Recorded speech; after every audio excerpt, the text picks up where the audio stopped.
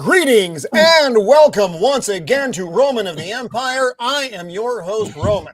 This week we are going to be sailing the seas of pop culture, and we're probably going to sink, but that's okay. We actually have something good and exciting to talk about that this week, and we have our special guest with us, Aaron C. of Immortal Rising Comics. So that's good. And then there's the rest of the news, which basically makes me want to put my freaking junk in a cheese grater. But we're not going to do that live, and we're not going to do it right now. What we are going to do is we're going to go around the panel, say hi to everybody, and then get this train wreck rolling. With me, as always, my partner on this channel. He is my wingman. He once stopped me from carpet bombing the Australian wasteland because it's the wasteland, dude. He is Shield Wall of Dragons. Welcome back, my friend. How are you? Hey, what's up, everybody? How's it going? Yeah, good to be here on a free range, just open range. Kind of wandering aimlessly around the range with the stories and stuff. But yeah, it's great having Aaron on the show. Thank you. Yeah, and so yeah, let's get into it. Oh, and Matt. It's always good to see Matt here. Mm-hmm. He's hiding. That didn't sound very convincing, but I'm not. I don't know. I don't know what happened there. Did you two have a fight when I wasn't looking? No. He is really the meme master of the interweb, using his powers for good instead of evil. He is Jacob Ironside. Welcome back, Jacob. How are you, my friend? Have you made any offensive memes of me lately? Yes, actually I have. Thanks for having me again. Always good to be here. Welcome to Aaron for coming on. And since the Joker is not here, I feel I have to hold up the scissors. Yeah. Scissors! We have lost the scissor brother, so we must honor his not being here. He's not dead. I try to get them wireless, so I don't have to worry about every single week, Aaron, and yet they continue to do it. So I'll just apologize now. It is because of you that the scissor siblings became a thing. Technically, Roman. It's because of The Last of Us and the lesbian relationship on that program. I had nothing to do with that other than bringing you people together to talk about it. His beard had a brief cameo in Alien Romulus. It ate a facehugger. Welcome, Beard of Liberty. How are you, my friend? Joker's not here. Well. You don't need to stroke the beard. I'm sure he's watching. Got to do it for him. I'll pretend like I'm watching smoking in private now. Yeah. Thank you for having me. I totally didn't forget about what day it was today and nearly missed the show because I was planning on doing something else tonight because I thought it was Friday. Woo! I had a single drink today, Friday. Shut up. So both Beard of Liberty and his beard are drunk. Very exciting news, folks. God damn it. She will tell you if this is the way. Books, games, or movies. She is armored up and ready to fight. She is Untamed Mando. Welcome back, Mando. How was your week? Have you committed any felonies? I have not committed any felonies, according to my parole officer. And I'm not back in jail, thankfully, and no houses have burned down that I am aware of. And no person has burned that I'm aware of or have witnessed. Allegedly. Yeah, that wasn't fire on your parole officer. Yeah, it wasn't fire. You know? Yeah, it was there when I got there. I don't know what you're talking about. He is the man who knows all the things about all the things. He is the Thad that shouldn't be the unbearable 73. He is stroke pending Matt. Welcome back, my friend. How are you? Sorry about the pending stroke. I hope everything's going all right. I watched the first 2 episodes of Rings of Prime. Why would you do that? Why would you do that? God bless you. God bless you. I'm not even Catholic, and I'm gonna. Those of us in the white cloaks have to gut it up and charge the hill. Oh my God! You know? I didn't realize it was out. I was trying to avoid it. And I gotta watch more. I gotta watch it again this weekend. Do my videos on it. Ugh. Oh, But I have good news. Okay? Two good newses. One, I defeated the WWE. After appealing my copyright strikes, I won. Oh, good. Congratulations. nice. And two, if you're a Winter Sun fan, I told you guys a while back they had the Indiegogo for their new album. You got the link today, or so you should check your email for it if you did sign up for it anywhere. Now you can download all of their music in the highest resolution possible waveforms, including the new stuff, plus MP3s of everything as well. Booklets you can print out with color and everything if you really want to print them out. So, Winter Sun fan, today is glory, and that means the next album should be due in about 27 years. But hey, 27 years, not bad, not bad. Well, between every album, like it's like the time doubles between every album. It's like, look at this orc love, man. That's good looking stuff. And I got to tell you, his wife, she's a keeper. Mrs. Orc, she's a little orc hottie. Look at her back there. Look at those teeth. Look at all loving at him. Ooh, oh yeah, she cooked. I mean, are you guys okay if I spoil something from the show? Like, are you okay? No, just hang on, man. Hang on to it. We got a lot to get to before we start spoiling the Rings of Power. I'm sorry, How do you spoil something that's that rotten? That's the thing, right? It would make me so sad to have it spoiled. Not. It spoiled itself. Actually, the writer spoiled it for everyone. Musician, pop culture aficionado, YouTube prostitute, man of the people. He is Sammy the Repeat. Welcome back, my friend. Hey, I watched your video, which my brain is yeeting out. Oh, fucking the Crow. Your Crow video was great. I very much enjoyed it. I wasn't even drinking when I was watching it, but it was it was fucking awesome, dude. Thanks. I was shooting for like when I went for more of like a documentarian type with the Superman ones, and then I saw the Crow and I was like, well, if they're not gonna fucking try, why should I? So when I got to actually reviewing the movie, I was trying to channel. Do you remember when Chris Farley did those like interviews with like Paul McCartney and everything on Saturday Night Live? That's kind of what I was going for, and I think I landed it. So you did good. You did good. Whoa! I keep hearing these fucking orcs talking. I have my sound off, so you fuckers can't hear it, and you're better for it. Not gonna lie. Thank you. Thank you. And that's what I'm here for. I try to be a good host, not a great host, a good host who doesn't expose you to orc genitalia. Our special guest this week, Aaron C. He is the creator of the Immortal Rising Comics. First time on the show. Very excited to have you here. Welcome, Thank Aaron. you for having me. Yeah, welcome. I don't have a clap, otherwise we'd all be clapping. So we're clapping inside. We're clapping inside. I can hear it in my mind. It's fine. There we go. Thank you, everybody. Thank you. So welcome, my friend. Before we get rolling into Immortal Rising, which is going to be our first topic tonight, and we're going to spend a good deal of time on it, let's say hi to everyone in the chat, Yon chat, as they said in olden days. We have Neon Cube's AI Song Factory. Welcome to the show. Morgan D with the bird. Appreciate it. Happy to have you Hi, here. honey. Flip City Magazine. Welcome to the show. Hey, good Flip to City. see you.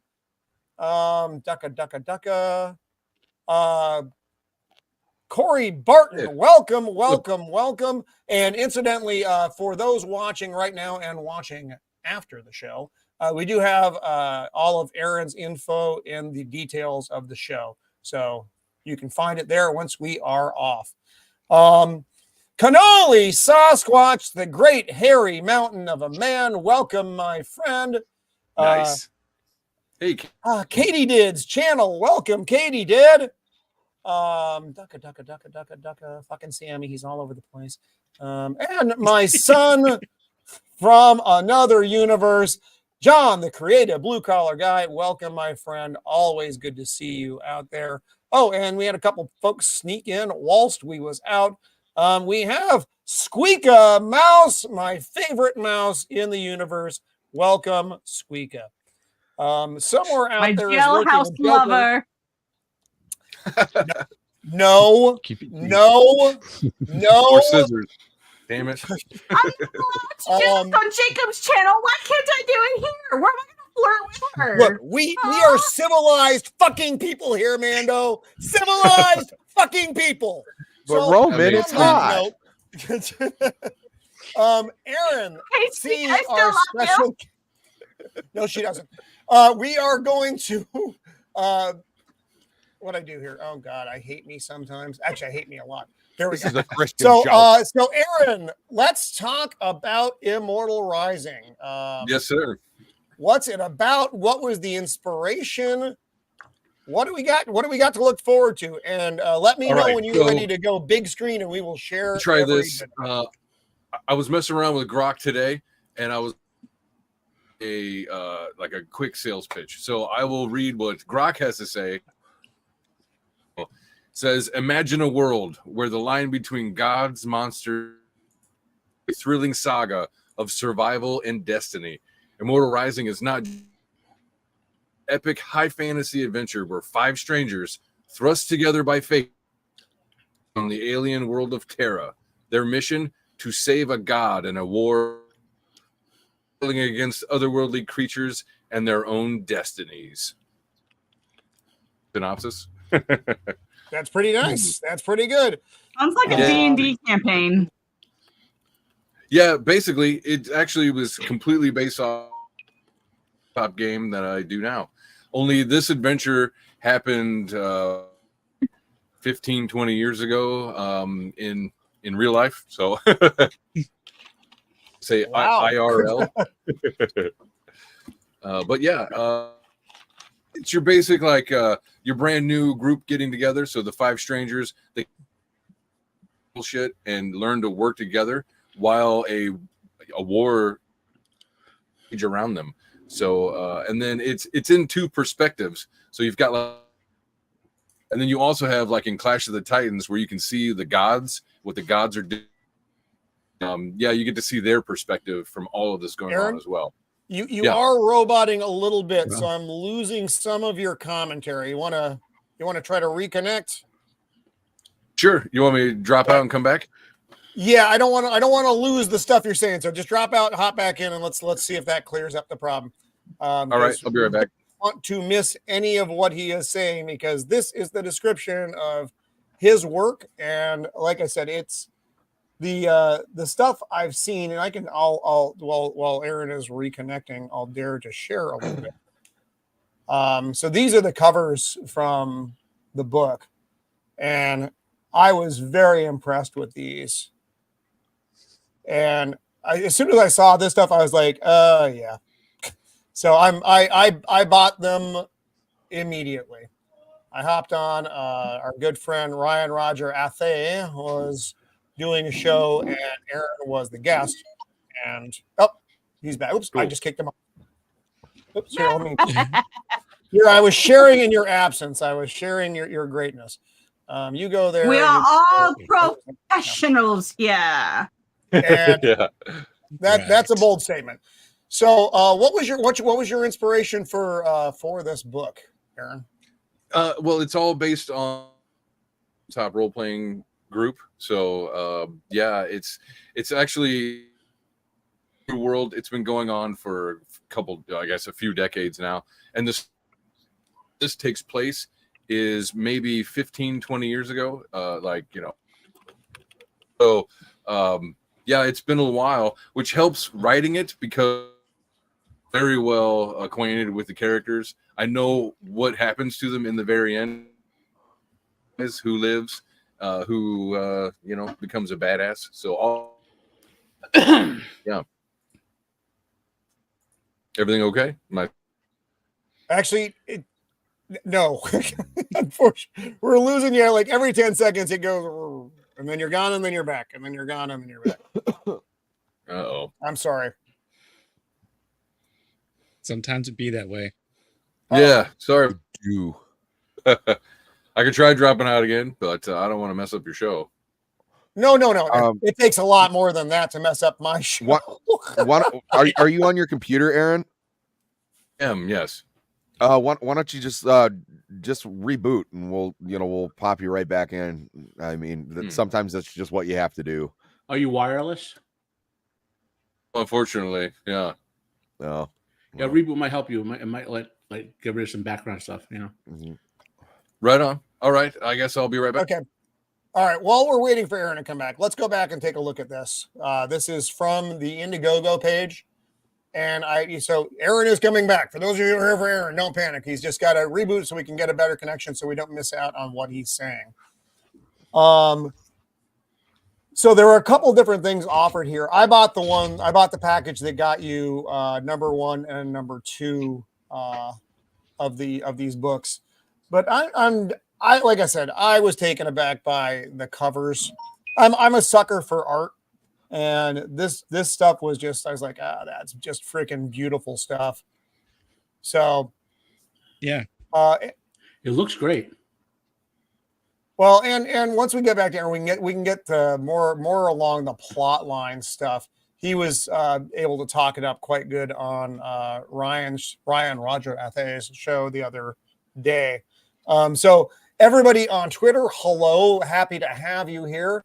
Everybody here on YouTube, welcome. I'm looking at you like you're in different directions, even though you're not. But it's good to have all of you with us tonight.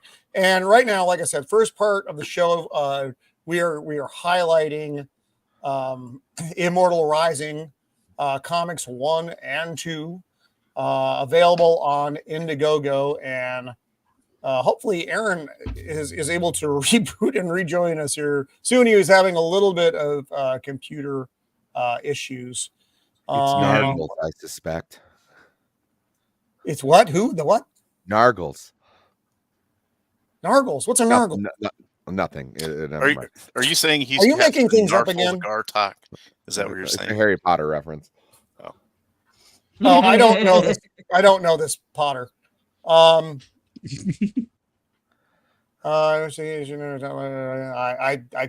can't help you with that. I don't know. Right hand corner is a Ripperverse thing. Oh, okay. Oh, okay. I see what you're saying. They're flip flop the upper part of the book. Oh, I see what you're saying. All right. I don't know. It's I can't speak enough on the topic. Oh, hello, Jana. Welcome to the show. We're just is he back? Is the man himself back? The man himself has returned. All right, let me so we were chatting the book up a little bit more. Wait, whoa, did I lose him again? No, I am here. Okay. So I hope I'm here. Am I here now? You sound much better. Oh, much better. Much better. There we go. There we go. Yeah, your video's clearer too. Screen too. Yay. All right. Sorry about that. All right, everybody can stop panicking now. Aaron has not been taken over by either demonic nor raccoon forces. Everything is fine. I was hoping that I could start burning things down, but yes, and let's thank God that's not the case. Okay, Aaron, the stage once more. The inspiration for your comic. Yeah. So the comic. But I'm going to blow you up while you were talking, so don't panic. Whoa. So the comic began when I was kind of writing down notes and stuff for my tabletop game, and as I was doing that, I've kind of dabbled in writing my whole life. So as I'm writing out events, that slowly became scenes, and I'm like, oh no, that means I'm gonna have to like turn this into a story of some kind. So originally it was just gonna be for like me and my friends kind of thing, and I was like, well, should I do a novel? Should I, maybe a comic book? And it became real quick decision, because I was like, well, one of the things that always attracted me about fantasy is the art, right? So I was like, let's do a comic book. And yeah, that's really what started this all off. I guess maybe 2018. And it's been a long journey, but I'm still here. So yeah. Right on. That's cool. So the quick rundown. All right, so we've got the Indiegogo page. Cool if I go visit that while we're talking? Of course, do it. Yeah, you guys got to see the art. The art is gorgeous. All right, so should I play the video? What's the best version? The video is good. I've got a little bit of potato audio. I got to go back over the audio, but you're free to play the audio or the video all you like. Oh, here, let me. You know what? I'm gonna do something. Everybody, calm down. Don't panic. I I'm going to stop sharing a second so I can go back and I can add the sound in so we can actually hear this, because I don't always do this because I'm not very fucking smart. So let's hope this actually works. And then we go add audio. There we go, Roman. Look at that. All right, let's play this. Boom. Yeah. I'll find you, Locutus, my creator. From your chaotic bones I shall make my order.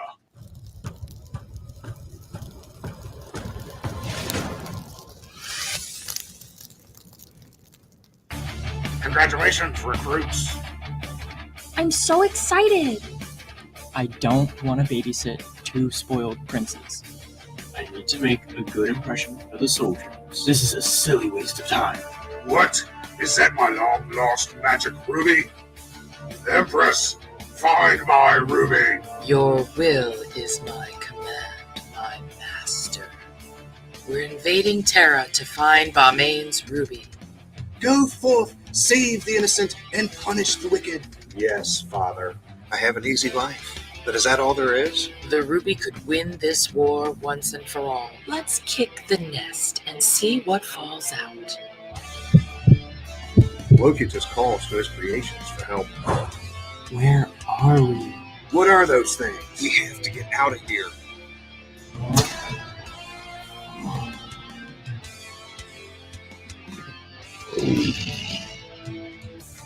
Have the gods gone mad? The Bomanites have invaded Terra. Has the last shard of Locutus' heart been found? The war cannot continue without the heart. We can't risk losing it if it's there.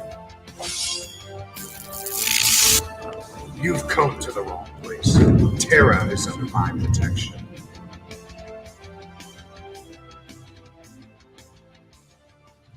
Oh yeah. Yeah, that's it's basically Castlevania and Final Fantasy had a baby, and out the other side comes Immortal Rising. So that's great. That good comparison, genre comparisons. That looks fantastic. Like I said, I saw that. I saw it on, I think it was Saturday you were on with Ryan.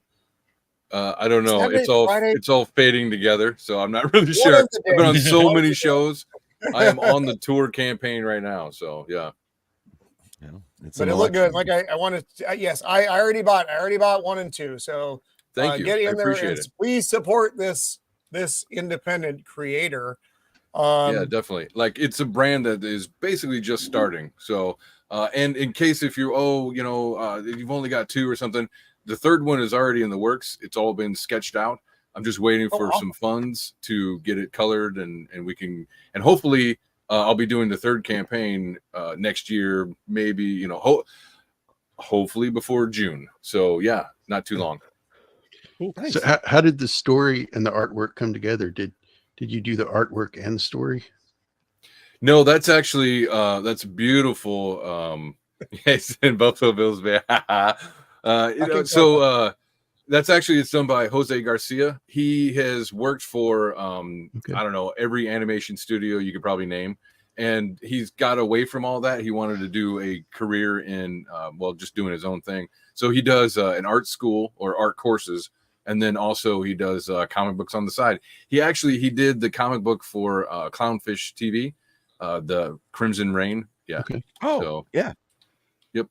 Cool. So same artist, only probably very different tone to the comic. So it looks a little different. Great voice acting. Actually, that's from Good Stuff Studios. So yeah. Unfortunately, the audio is not the best, but yeah. Yeah. Actually, I thought it was pretty good, dude. There we go. I thought the whole thing looked very nice. Look, if you've ever been a creator of anything, you're a little insecure, so you'll have that. It's all right. Oh yeah, I'm not much of a creator myself, but we're always our own biggest critics, whatever we do. Right. It's probably true. Yeah. Oh yeah, absolutely. So when is the perspective out date for these, Aaron?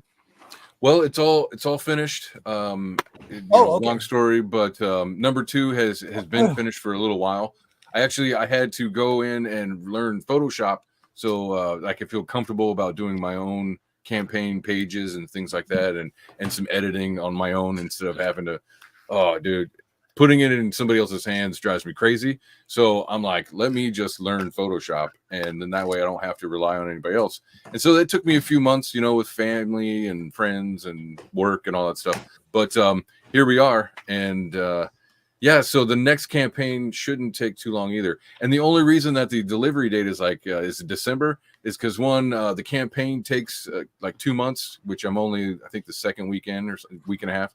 And so that's going to run its course so I can get up all the numbers of who's, you know, how many to print out. And then it'll go to printer. If there's no major problems, you know, it should be in everybody's hands by December. At the latest, I'm hoping for like a Christmas thing, so everybody can be like, "Ooh, present for me." Yeah, it's solid, dude. I mean, Yeah, so the prices actually, are also very, very reasonable for. Yeah, so I mean, those of and a you- lot of this is practically at cost. You know, like I'm not making a whole bunch of money. The biggest one that I'm making any money on is it's probably going to be the $100 one. So I'm looking for readers. If you're interested in this and you really want to help me out, then just pick one up. And actually on this campaign, I've decided to do floppies. I'm trying to do $5 floppies is what I would like to do. You know, taking them to conventions, putting them into game stores, comic book stores, that kind of stuff. So I'm like, well, let's try it out and see if the people are biting. And I'm getting a pretty good feedback on the floppies for issue 2. So I'm excited. It's all new territory. Nice. And there's a lot of, I mean, there's the comics, which are the primary thing, of course, but Yeah. there's also other stuff. There's that you've got posters, you've got t-shirts. I mean, this is, I don't have posters this time around. Oh, there So were no my posters. first campaign, Oh, okay. I had trading cards and posters. This time I'm not doing the trading cards other than the early bird, which is what EB means on the perk description. It's early bird trading card. The trading card is the cover of issue 1 done by Corey Barton with the blue lady. So the beautiful blue lady. And yeah, that'll be which is expiring. I'm going to take that down. The early bird stuff probably Saturday when I wake up. Hopefully I'm not hungover. So, but yeah, that'll be the end of the early about bird. that each and every Saturday, my friend. Now, one of the things that I do offer in this, so I've got two premium books, which is they're about 50 pages. You know, it's got 44 pages of story roughly, and then, you know, extra art and like a map and stuff like that. But that is 80-pound glossy pages with that's perfect bound, which means no staples, right? And then the floppies are 70-pound weight. I don't think they're going to be glossy, and they might be. I don't know if there's any price, you know, we'll see. But and then that'll be saddle stitched like a traditional comic. So Okay. yeah, which is why I'm able to, and they're only going to be 24 pages, something like that.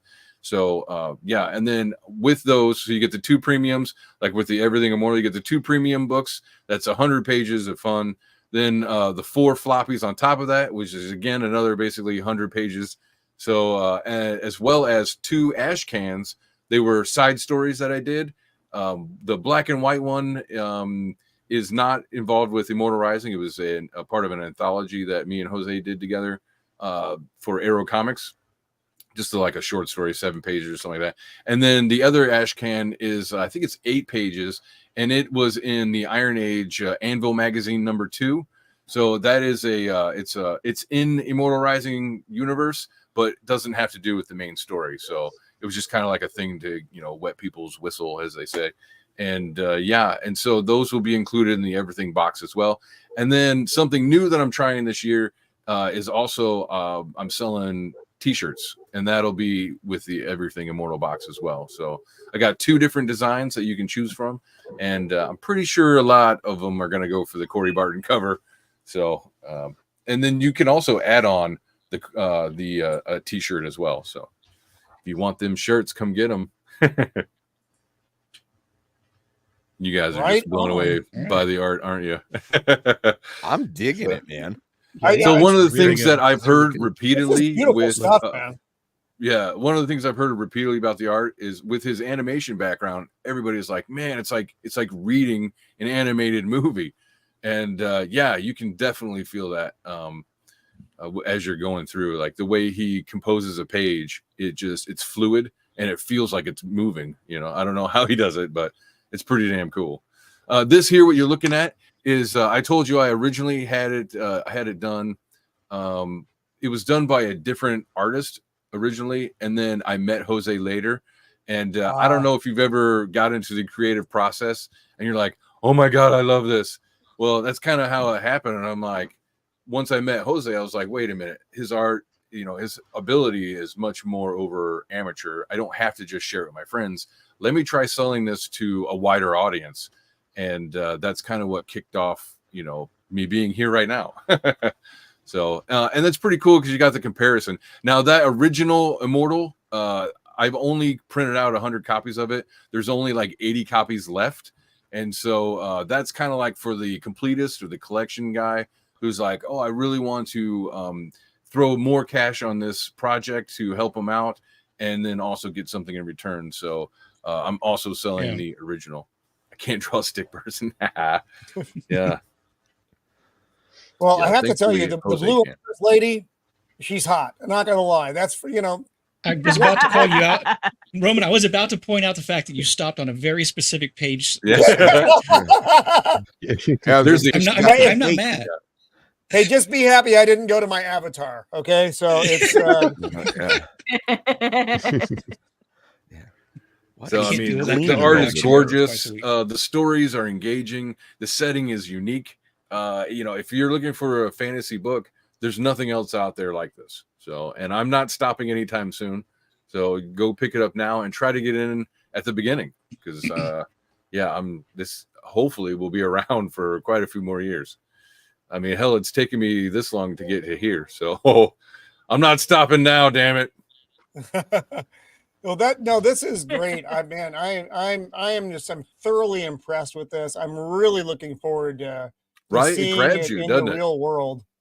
Yeah. The and artwork I've got them here. I've got captivating, Aaron. This is a book from my original campaign. I don't know if anybody can see it, but it's got the glossy pages and everything. It's hang thick. on. Let me blow you up in a non-literal sense. Blow me up. So as you can see, you got the perfect bound, right? It's nice and solid, thick, really thick, glossy pages. I mean. Now, this is the original cover that was on the first campaign. Obviously, you can tell this is not the Blue Girl cover, so by Corey Barton, but that's all right. And you can see. There we go. Yeah, open it right up to where you want it. So, yeah. And I want to show you one of my favorite pages. 1 second. Let me find it real quick. So, this one. Down here, this is on that's one of the shirt designs is this character here. It's so badass, dude. I'm gonna get at least 2 for myself. So go check out. I got price deals. I got comics coming out of my pockets. Come check it out. Come buy it. If if price is a problem, I don't know what to tell you. Like $5 floppies, it's hard to get, especially in the indie scene. So go pick it up. The prices on these sets are fan. Look at that. Look at that. That's just fucking beautiful. Yeah, that's real competitive pricing considering how much eggs cost these days. Right. Like I was it's $20 to buy a meal from Taco Bell. So I don't know what world we're living in anymore. That's truth. Yeah. That's like 1970s prices compared with inflation. It's great. Well, and then you got the shipping. So shipping on top of that is I think it's $10 for domestic and then $25 worldwide. So it's not terrible. Shipping is shipping. It is what it is. Yeah, shipping is shipping. Thank you. And it's that's just it. It sucks, but everybody, you just have to deal with it. But look at all those books. You get. Roman. I'm sorry. I'm mildly fixated on the Blue Empress. So the artist is in your chat, Corey Barton. He's the one that did that. He does amazing female art. That's Corey. That was the Corey we found earlier. Here he is. Yeah, right just here. a little bit. Nice. Yep. Holy Yeah, crap! he's awesome. Well, dude, go check out his stuff too. He's great. That is fantastic. And then I was going to say, the other I saw his cover, quote. I loved his thumbnail. Well, yeah, that's from his book, I think Kozor. But so I've got the blue girl is Corey Barton, and then the other cover is from Marvel artist Jimmy Reyes. So let us not discount the ogre as well. We got the Beauty and the Brute on this. No, the ogre is really good looking. The ogre is not hot, but I do appreciate. I love the face on the ogre is brilliant. Yeah. Actually, Real my bad dog dude. Pippin has a similar underbite, but he's a lot cuter.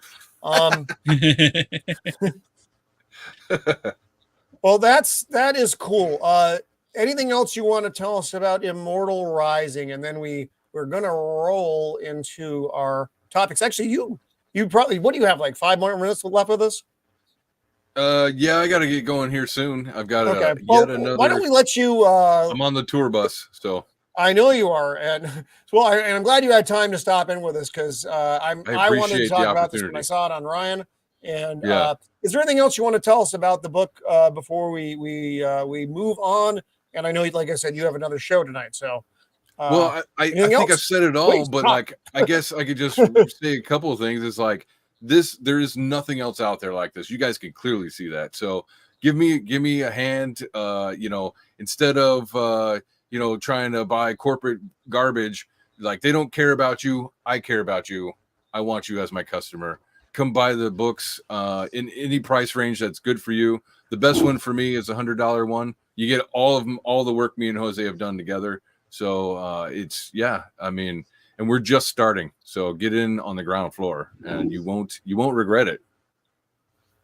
It will fill that hole in your life. Say, I don't have a tabletop group. Where can I ever feel the D&D, love again?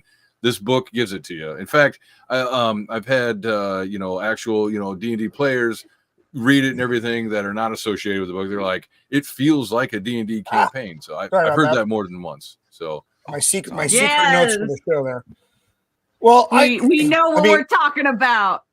Yeah, I remember that's from when I was a young man. One of the things that I used to like to spend a lot of time with was, what the fuck did I just do? God damn me! I fucking hate me so much. Roman, we talked about this. I know. No, I did it again. I did it again. Why do I do anything? How do I fucking function in life? I'm gonna get him the paper bag. Get him the paper whiskey. bag. Come on. No, I'm just trying to share the. Read, you bastard. Do you remember the D&D Monster Manual? Oh, of course. Yes. That was one of I was captivated by it when I was a kid.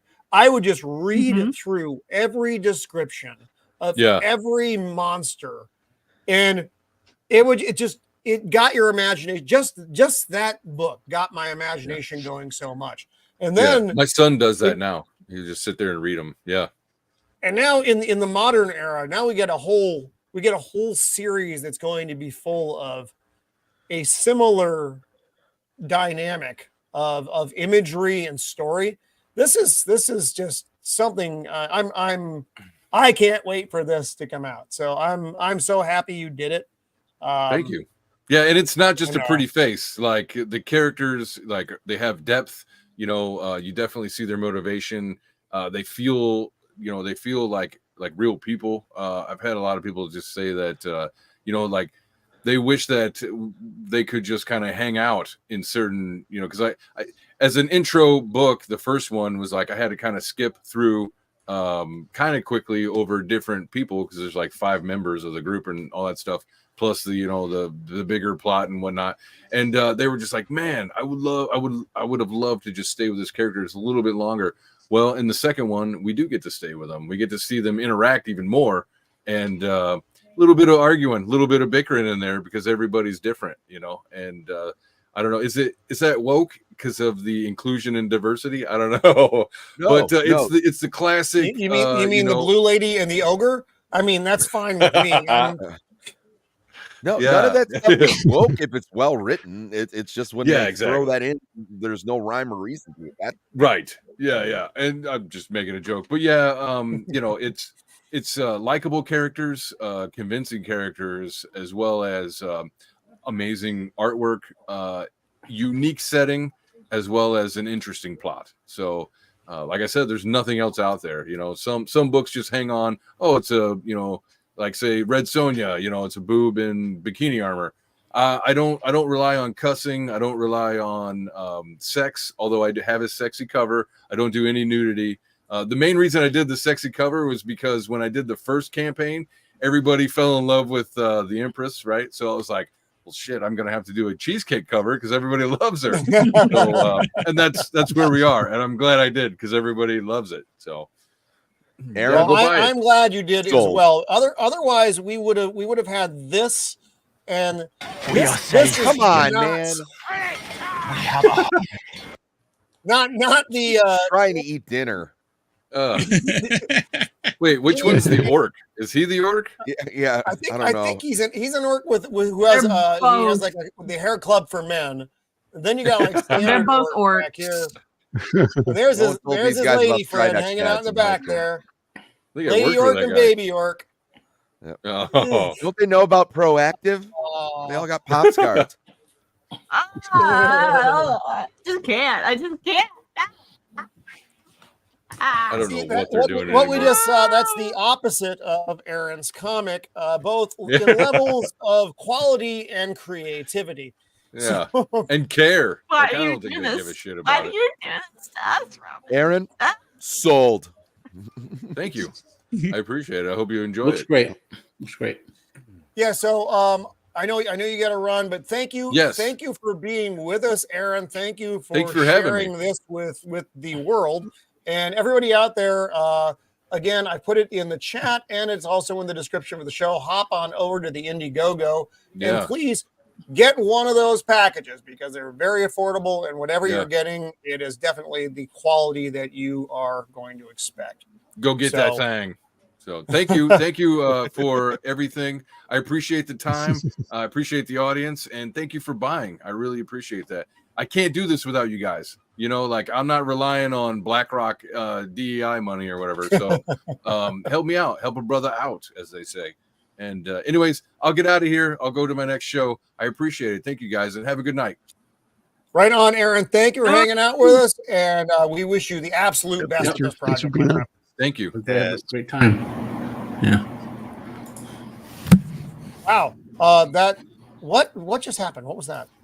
Everything was someone fine. went under a tunnel. Was it me? Did I go under a tunnel?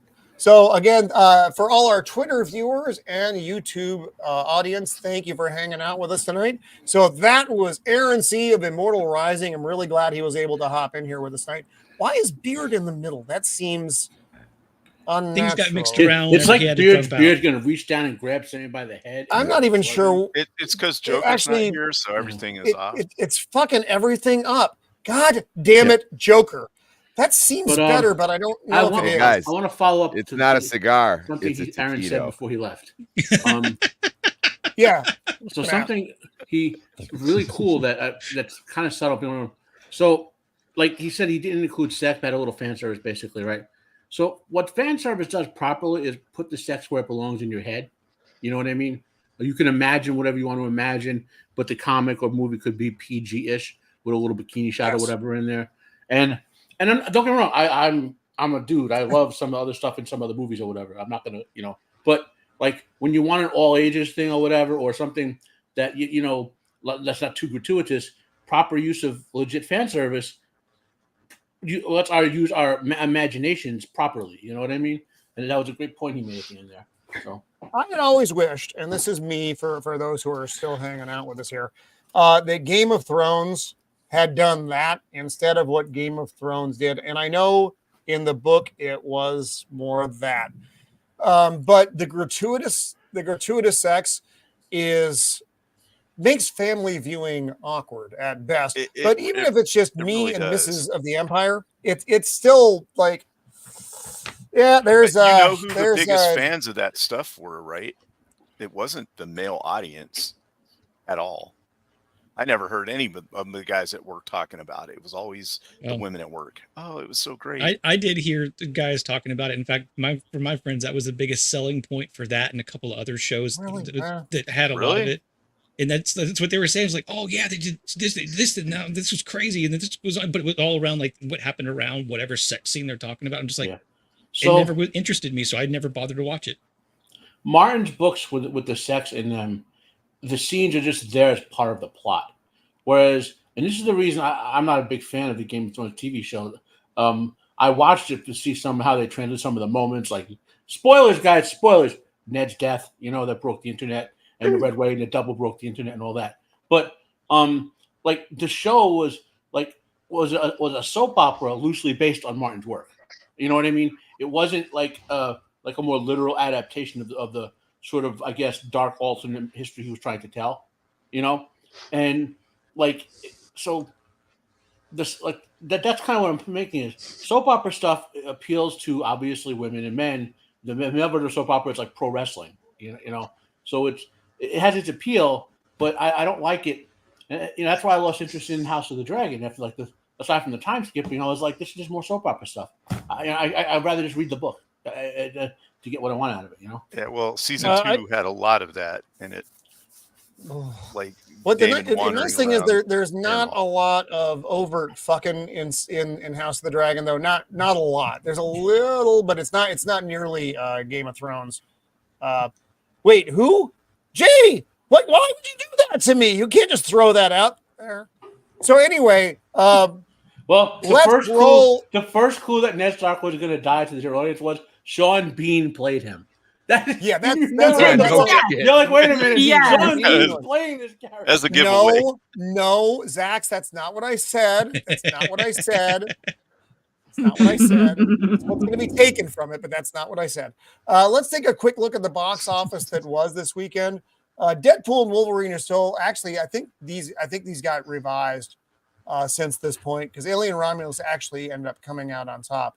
Then a bunch of shit no one cares about, but Romulus is doing good. It actually did make more than its budget now, which is good. Oh, there's the notes in case any of you are curious. What the fuck? That's it's actually Sammy's not haircut. Hollywood Squares, folks. Sammy's haircut. It's her haircut. Yeah, you're kind of right. Oh my god. So what didn't happen? Okay, I guess we're the Brady Bunch now officially. Are you Marsha, or is Matt Marsha? Someone's Marsha. So The Crow did not do very well this weekend, which should be a surprise to no one. You don't say. In fact, Sammy. So here's what the director had to say, and it's always lovely. I think a lot of people are very active online and not so active in life. Get out there and do something and have less time to throw stones. Motherfucker, make a good product and people won't throw stones at it. The review hate that these people like to manufacture for themselves isn't that. When something is good, people call it good. When things are like this, people call it exactly what it is. And he goes on, I think it would be just great for people to know it's a reimagining and wildly different from the original. And that the original's still there. I haven't recorded over anyone's VHS. And, basically blah, blah, blah, fuck off. The movie is doing... The quote original is still there. If you want to watch it, didn't help the Ghostbusters 2016 or whatever it was. Mm-hmm. So I don't know why he's falling back on that. It's not going to help. Did you guys see Al Proyas's comments? Who's the director of the original movie? He didn't dig it either. He laughed at this movie. Yeah, he did. Wow. So I myself, and I think most of the panel, if not all the panel, are big fans of the 1994 movie. We actually did a long form review of that movie on this program a couple months back. It's not a perfect movie, but it has all the elements. Some of the dialogue is a bit cheesy, but for me, the shots themselves for the limited amount that what's the girl Shelley is in the movie, she's not overdone, and you get just enough to understand the relationship elements that make her so important to Eric and why he came back for her. And like, most of that stuff is from the comic. I know It's things like are 30 different. seconds, right? She's in the movie for It's like about him. Maybe 5 it's about minutes him. tops. It's not about her. Yeah, she's the it could cause have been of his story. the It could cause have for him been to go out and do all these wife. things, but it's about him. It could have been your wife. It could have been your brother. It could have been your sister. It could have been your friend. What's important is, there's someone that needs to be avenged. And like I said, this is his adaptation. He said this is his adaptation of James O'Barr's work. This is a very piss poor adaptation because you have missed the point entirely, sir. Sammy, I kind of agree with you. I just want to nuance the point. What brings you back isn't the need for revenge. It's a grief caused by a love so overwhelming you can't help but want the revenge. You know what I mean? It's the grief. Absolutely. And that's not even the point of the book. The point of the book is the ending of the book, which he missed entirely, which I said this in my video. Yeah. I think he kind of flipped through it and he's like, oh, there's a horse in it, and he looked at a couple comic covers and he's like, I'm good. And honestly, it was like, it's not even about the revenge. The story's not over when he enacts his revenge. The story's over when he embraces the fact that he couldn't save her.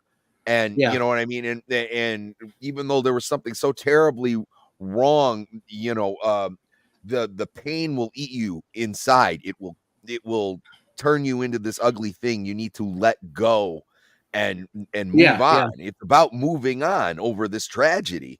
And he had to grieve. He had to go through the grieving. Yes, and it's part of the process. And don't get me wrong, they say anger is a part of that process, but letting go is the part where everyone needs to move on. And I mean, it's not about going to hell, Sammy. Sometimes something is so wrong you can't move on, and you have to enact something like this. But they didn't do that at all. No, and remember the comic injury, book was a injury reflection to insult.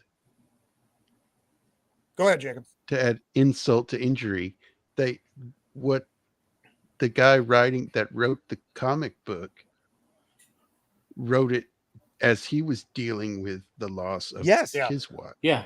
Mm-hmm. Yeah, So, I talked to James O'Barr at a comic book convention in Detroit, and and also Detroit was a big part in that original. The city was a character. The city was a character. And it's infuriating to me that you could miss the bar on this so much. Well, and you know why there are a couple of reasons why this is a failure. One, and this is the most important aspect of this fucking movie didn't need to get made. Flat out. It never needed to get made. 1994. That movie is the movie that everyone is ever going to think of when they think of The Crow or the comic book. They're never going to remember this movie. This movie is going to be a blip and be gone. And two, it doesn't capture the book at all. It's not a matter of a reinterpretation of The Crow or reimagining. No one fucking wants that, you fucking twat. What they want is the story that James O'Barr put out in his comic book. That's what they want to see. Now, this could have been a more enhanced version of that. Again, I don't think it needed to get made, but if they wanted to do it that way, go frame by frame from the comic. Which probably not even that, Roman. There's like 10 or 12 or more sequels to The Crow in the comics, some of which are quite good. And the natural logic is to do another movie on one of them. I mean, granted, most of the Crow sequels sucked. I think the second or the third one. Every movie did. Well, I think the second or the third one was okay. One of the two of them. I don't remember which one. But anyway, you could take one of these other graphic novels or comic series, some of which were quite good, and that's your Crow movie. You know what I mean? We don't. Yeah. I mean, there's no reason to remake The Crow. To do a remake because he's not remaking he's doing, I don't know, and it's you know how well, you compare like The Thing from Another World with John Carpenter's The Thing, right? For example, and there are different adaptations of the same thing, and they're distinctly different, right? So if you're gonna do another adaptation of the comic, right? How could you do that distinctly differently? And I don't see a way you could, but maybe you could. But this guy didn't do that. No, you know, there was no effort to do that. Well, and like you said, there's so many iterations of the Crow now where I was like, I'm pretty sure there was like a trans stripper one. I was like, and it all it had to be about is someone who was greatly wronged, who comes back to take bloody vengeance. That's really the format, and they fucked that up. It's like I don't understand. Like I said it before. It was like at the end of the movie where they're like, "Oh, you doubted Shelley because she was mind controlled or whatever. She's going to hell forever now." And he's like, "I'll change places with her." And they're like, "Are you sure? Because you'll never get to see her again, and you'll go to hell for all eternity." And he goes, "Fine," and that's what he does. And then they show him walking around in hell, going, "We'll be together again someday." And it was like, motherfucker, what part about all eternity didn't you get? So even the movie doesn't know what it wants to do. It's just bad. And this has nothing to do. The Crow as structured has nothing to do with like an established heaven or hell like religion or mythology. Yeah. I mean, some of those elements show up in the sequels. I haven't read all of them. I only know some of them. But like it's a made up mythology entirely for the purpose of these comics. And he draws stuff from a couple of different places, including like Norse and Celtic, a little bit of Christianity and all that. But like, it just seems like, I don't know. I mean, like, why can't George R. R. Martin? I read this on multiple shows maybe 3 months ago when he said these writers think they know better than the original writers, and they see the stuff to adapt, and instead of taking the work of the guy who made it great, the writers made it great, and adapting that, they take it and make their own thing that's loosely based on it, basically.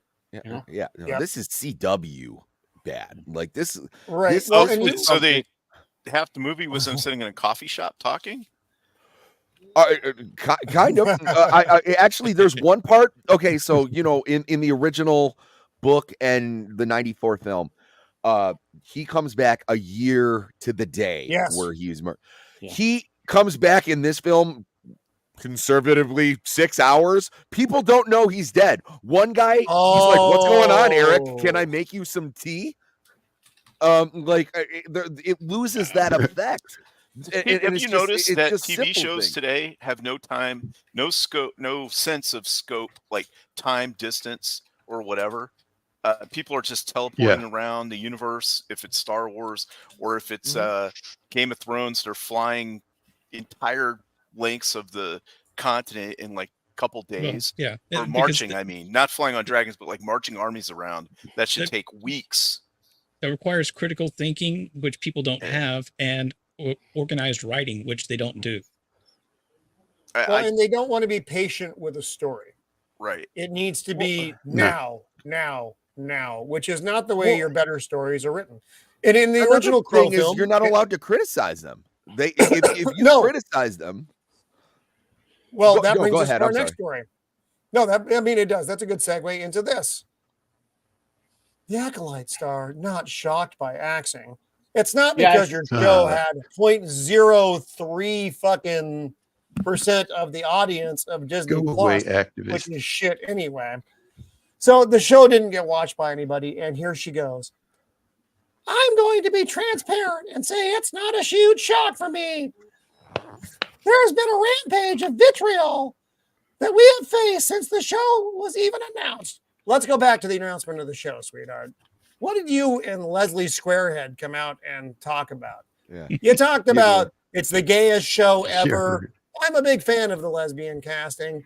Blibbity blah blah. Literally everything but fucking Star Wars is what you talked about. That's how we know the show is going to be shit. And that's what we got from your fucking interviews and all your promo work. So they were almost that's why we didn't like it. antagonizing. No, they were antagonizing us. Going, Yes. Oh, yeah. R2D2's a They lesbian. were antagonizing people who disagreed with their political views. They legit said, if you don't like our political views, don't watch the show. You know what? People didn't watch the show and it got canceled, and now people are upset. Like, the show got canceled. You didn't watch it. Of course. And guess it got what? canceled. Anybody who's calling for this to get a second season, they're not doing it. They're not doing it because they said, it's a good show. None of them will say that. They'll have copium like, well, the writing could get better next season. It's always for a social or political reason that they want the show to continue. That's what the Marxists do. This stuff is propaganda to them, not actual artistic content to enjoy. You know, it's crazy. No, it's not crazy. It's just the way they are, but it's textbook propaganda. Yeah. It is. I just a rampage of, I would say, hyper-conservative bigotry and vitriol, prejudice, hatred, and hateful language towards us. Fuck off. Fuck off. First of all, sweetheart, aside from the writing, let's say the writing was terrible, because it was, but not every performance in this show was good. I give it to Squid Game guy. I thought Squid Game guy did the best he could with what he was working with. He was easily the best part of that show. His character wasn't written well. In fact, at the end, he was written horribly, but he did his best with that. Clam Baka, I would say he did fine as well. I don't remember what his name was. The fucking Wookiee. The actor who played Darth Groomer, he had a horrible material to work with, but he seemed like a good actor for. I agree. He did fine with but the lady who played this part, whose name I don't remember because Amandla Stenberg. And if you stop at that picture right there at the top of the article, that's the face she makes for 99.9% of the entire series. That's for two characters. That's the face two characters. She force chokes Soul, and she's supposed to be at her angriest. Yeah, that's the same face. Exactly the same face. I got her a tweet up from Culture Crave with her comment playing a video, and it's like the same facial expression, except she does the eyes to the ceiling thing as she did in the show. It's the same thing about, like, yes, I did watch the Twilight movies. You can make fun of me, whatever. But like, one of the biggest things with the movies was the person who's supposed to be the main character, Bella. She had one facial expression. Surprise. Well, I said that was perfect casting, Mando, because I thought Edward was supposed to be able to read minds, but he couldn't read hers. It didn't look like there was a thought going through her fucking head. No, so there it was not. Christian Stewart, right? Christian Stewart. Her expression was always this. My wife would always make fun of her. She's like, "Why does she always look like this?" Yeah. That is her one facial expression. I think this chick got her inspiration from Christian Stewart. That has to be what it is. She was a Twilight fan. She was one of those. She was I myself was not a Twilight fan. I was, however, a fan of the movie Gladiator. Not just because I like to see oiled up men fighting with swords. I also like to see that. But what I don't want to see, I'm very concerned about this. Ridley Scott, the man himself, says Gladiator II is my best film. No, it isn't. Ridley Scott, who has given us nothing but fucking horrible movies for the last 10 years? The last good movie he did was The Martian. Which I didn't we discussed that the other day. That's when he is the one with Matt Damon. Yeah. Matt Damon. Yeah, that was a good movie. That's when he lost his mind. It's a really good movie. It's the best thing. Was the most ahistorical crap. It's the best thing I've ever made. One of the best things. I've made a few good ones. You're very folksy. It's full-born brutal action. Now, there are very few movies that the action alone can save it from a bad story or whatever. Now, I can't really think of one off the top of my head, but this is the man that gave us Blade Runner, Kill Bill, which is one of my favorite movies of all time. Yeah, Alien, yeah, which is incredible. And the only reason people are going to watch this, and I don't understand the hype, I really don't. The only reason people are going to watch it is because of Pedro Pascal. Which here's the because thing. there's I'm an gonna make a obsession statement. with him right now. The only thing that interests me about it is to see maybe what Denzel does. The rest. Now, I hope. I like Denzel. Denzel is one of those actors you can watch in nearly everything. I'm glad he wasn't in The Fifth Element. That his presence improves it. Normally, I would say that the same about Gary Oldman, but he was in The Fifth Element. But so Denzel is in this. The story is a It is a continuation, which is a little bit weird. He's got a. Was that a lion? Calm down, Mando. Mando? He's got a modern haircut and mustache. Well, he's playing Pedro Pascal playing a gladiator. Yeah. Which is pretty much Pedro Pascal in anything. It's Pedro Pascal playing Pedro Pascal playing a whatever the fuck it is. Oh, hello, Salmon Outdoors. Welcome. He is part of. I don't understand the obsession with him. I don't know either. I have some. It's not the viewer's obsession. He's something of an everyman. He's an okay actor. I mean, I don't want to downplay. He's not like some of these horror show actors they put in this stuff. He's an okay actor. You know what I mean? He's an okay actor. Yeah, and he's had a couple a couple of roles that have been really good that you could enjoy. But you know, he's also an asshole whose mouth makes you not want to watch him. So yeah, exactly. Yes. I mean, I loved realized what was that the incredible weight of massive talent with Nick Cage. That was a fantastic movie. I mean, the weight of that goes on Nick Cave, but it is such a fun fucking movie. If you haven't watched it, watch it. It's one of the best Nick Cave movies I think ever made. It's fucking He's hilarious. in a new renaissance, man. It's really fun to watch. Modern Hollywood thought because he was called the Spaniard in the Gladiator, they need to make their star Hispanic. Yes, Bush. Yes. And Star Wars Marvel purist. I never realized they had DEI in Roman times very inclusive. Yes, that is true. Pedro probably had to go see his HR department at least 7 times during the making of this. So Ridley Scott calling this his best movie, that's a bit of a bold move. Again, by the man who hasn't made anything good in a long time. When does it come out? Let's see. I'm sure it gives me a date here. Remember, $300 million budget and counting. For $300 million, November 22nd, my friends.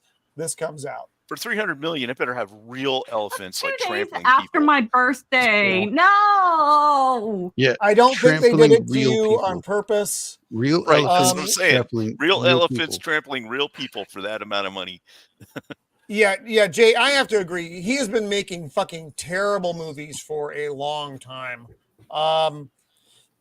He was one of the greats in Hollywood. There's no question about that. And then what the fuck? Why won't you load? Is it so much to ask? I do one Come on now, fucking Roman. thing that you want me to do. What? Reason now. I'm sorry. I'm Click- sorry click- for our new click and use viewers. the keyboard Sometimes thing, my Roman. computer Click and use the makes me keyboard. unhappy and unpleasant to be around. Why is it not loading? Redirecting. How fucking long does it take to redirect? Apparently longer than I want it to is the question that is being answered by my computer at this very moment. Come on. Are you going to at least try? I don't know if the computer is going to try or not right now. Is it overheating? Is it like 100 in where you're at? It is 900 degrees here in the studio of the Empire, but it's often hot in the studio of the Empire. I'm going to try to go direct into the site.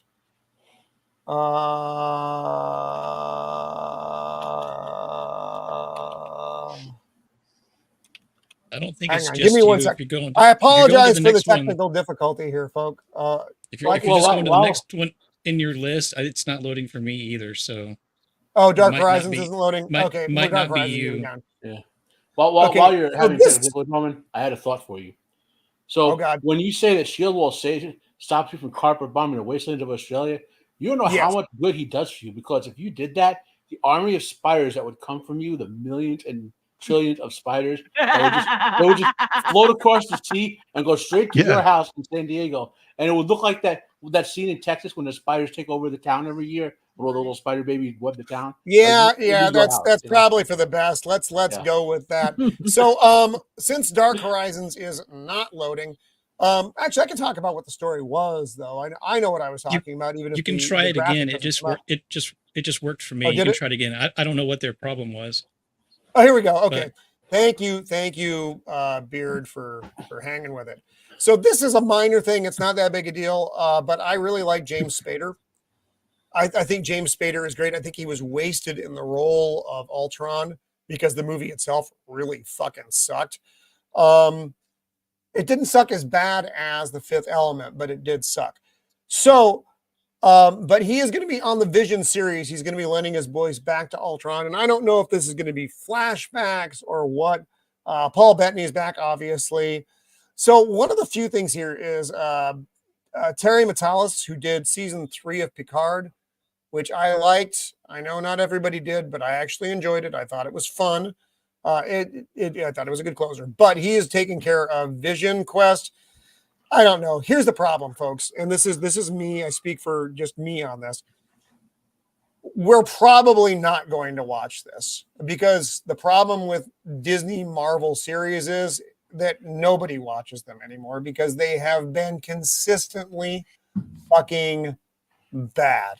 I subjected this panel to that Nick Fury show. Secret Invasion. Thank you. Yeah. Oh God. And it was bad. There wasn't like it was. Olivia so Colman bad. was the only thing good in that show. Yes, she was the only really good thing. Yeah. And she was in it for maybe a total of 6 minutes, the entire series. But she was the absolute fucking highlight. Yeah. Yes. Yeah. Mando, you're right. Every scene she was in, she brought that scene up. James Spader, unfortunately, even with his voice acting of Ultron, I just don't see this going anywhere. I think this is going to be another in a series of Marvel shows that no one fucking watches because they burned us so many times. You know, when you get hit in the nose with the newspaper because you shit on the floor, you'll probably stop shitting on the floor. Marvel hasn't done that yet. They keep getting hit on the nose due to poor ratings, but yet they keep shitting on the floor. The viewer, however, holy crap, Jim the Viking, welcome, my friend. Why are you up? But I am glad you are here. And why are you in London? Oh my God, get out of there, man. Sorry. Yes, and please, Jim, be careful. So anyway, I have zero, like I said, I love James Spader. I think he's a great actor. I loved him as Red in The Blacklist. I think that was such a role written for him. And he could have been a good Ultron voice, but the problem is Ultron wasn't written very well in the MCU. So it is what it is. That was just kind of a quick bit that I wanted to share. Just I was surprised by that. I didn't expect to see that. I think now here's Avengers 2, Roman. If you just watch the last third of it, it's enjoyable. It's getting to that sort of showdown that like they meander and they give you it's like a plotting storyline. You know what I mean? Like it doesn't hold your interest at all. And then they get to the cool fight at the end. You know what I mean? Like the last third of it. You know. So. I don't know. You know, Jim, I never saw Boston Legal. I heard between him and William Shatner, it was an excellent program. I myself never saw it though. So Spader, he doesn't mail it in. Like if you who watched The Blacklist, it just ended its run at 10 years. But arguably, the show lost its sort of like a core story element at the end of the 8th season. I won't spoil it because but you watched the last 2 seasons of Spader. You know what I mean? Like just right. It was a really good show. Like the first 4 seasons, really good. It just went too long. Would that be? I never finished it because for me it went too long. It started to kind of unravel towards the end, but there was a point in it where it was really good, and I loved how he played that character. And I like the character itself. He did all kinds of stuff that they don't normally do in a TV show, which I really like. Like in a lot of other shows, the hero is either like a big guy that's just like punching people out and throwing them around and stuff, or if they're in some kind of sitcom or something, they're a complete idiot and just get led around. Where in this show, he was always like 10 steps ahead of everybody for the most part. And when he wasn't, and he got in a bad situation, he always had like an alternate plan or his, you know, a plan within a plan to get out of it and stuff. And I just liked it, that about the character. So he was like able to do things that normal people couldn't do, but it wasn't like without the realm of possibility. You know what I mean? So that's not fair, Boosh. I haven't done that to them since The Acolyte, which was just a couple of weeks ago. Yeah, like two weeks ago. That was all the way over there. But hey, we got to watch them, so that made up for it. That was a lot of fun. I really enjoyed them. So And here's something that September actually 12th. September 12th, people. Sweet revenge. Dick. That is my panel's revenge upon me, is making us watch. Roman, just stare at Mila Jovovich all the time, and you'll get through the movie. She's no Blue Empress. So here's something that looks good, but looks like it's probably going to be very sad as well. Superman, the Chris Reeves story. There is no way that this is not going to. You're not going to probably be crying at the end of this. I think that's almost impossible. Yeah. I think it's going to be well worth watching because of who's playing him. No, it's a documentary. Oh, it's a documentary. So it's a documentary. Yeah. Okay. Now, if you've seen things like this, like I watched a documentary on the life of Gene Wilder not terribly long ago. It's on Netflix now. Watch it. It's fucking so good. Gene Wilder was such a man, comedian, husband. He's just an incredible person. Now, he died of Alzheimer's. You know, it's not great. He was in his 80s when he passed. Chris Reeve was robbed by fate of so much of his life. Yeah. And from Superman to the riding accident to him in a chair, just absolutely tragic. His son is in this a lot from what I've seen in the previews. And I do think it's going to be something that is going to be absolutely worth watching, but you're going to get your heart ripped out of your chest. Just be ready for that. And I've said before, I love Chris Reeves' Superman. I myself I have issues with the movie just because I don't prefer some of the. I don't like how they portrayed Lex Luthor and Otis. I thought I fucking hate Otis. But wait, was the accident caught on camera? Was that what that? I don't know if it was or not. Honestly, I believe it was. Wasn't it as training for an equestrian event or something? Yeah, like that? and they were recording it for training purposes. Yeah. And we talked about. We did off. We did Awakening. If I take a strike, I take a strike at this point. But so back on Jacob's show, we did Awakenings on Tuesday, and we talked a lot about life and death, and like what the quality of life and living death and all that sort of stuff. And I mean, granted, he was still capable of communicating and all that, so it wasn't like he was, like a trapped, like a what we're talking about, like locked in syndrome or something like that, where you can't do anything, but like. Man, to just and stuff like that happens to people like him, but like they're evil people. I mean, there's a lot you can go on about, like morality and fate and all. It's just such a deep dive to. But what happened to him was a tragedy. He certainly didn't deserve it. Yeah. Oh, from everything I've seen, he was always a good guy. He was like Robin Williams' best friend. Yep.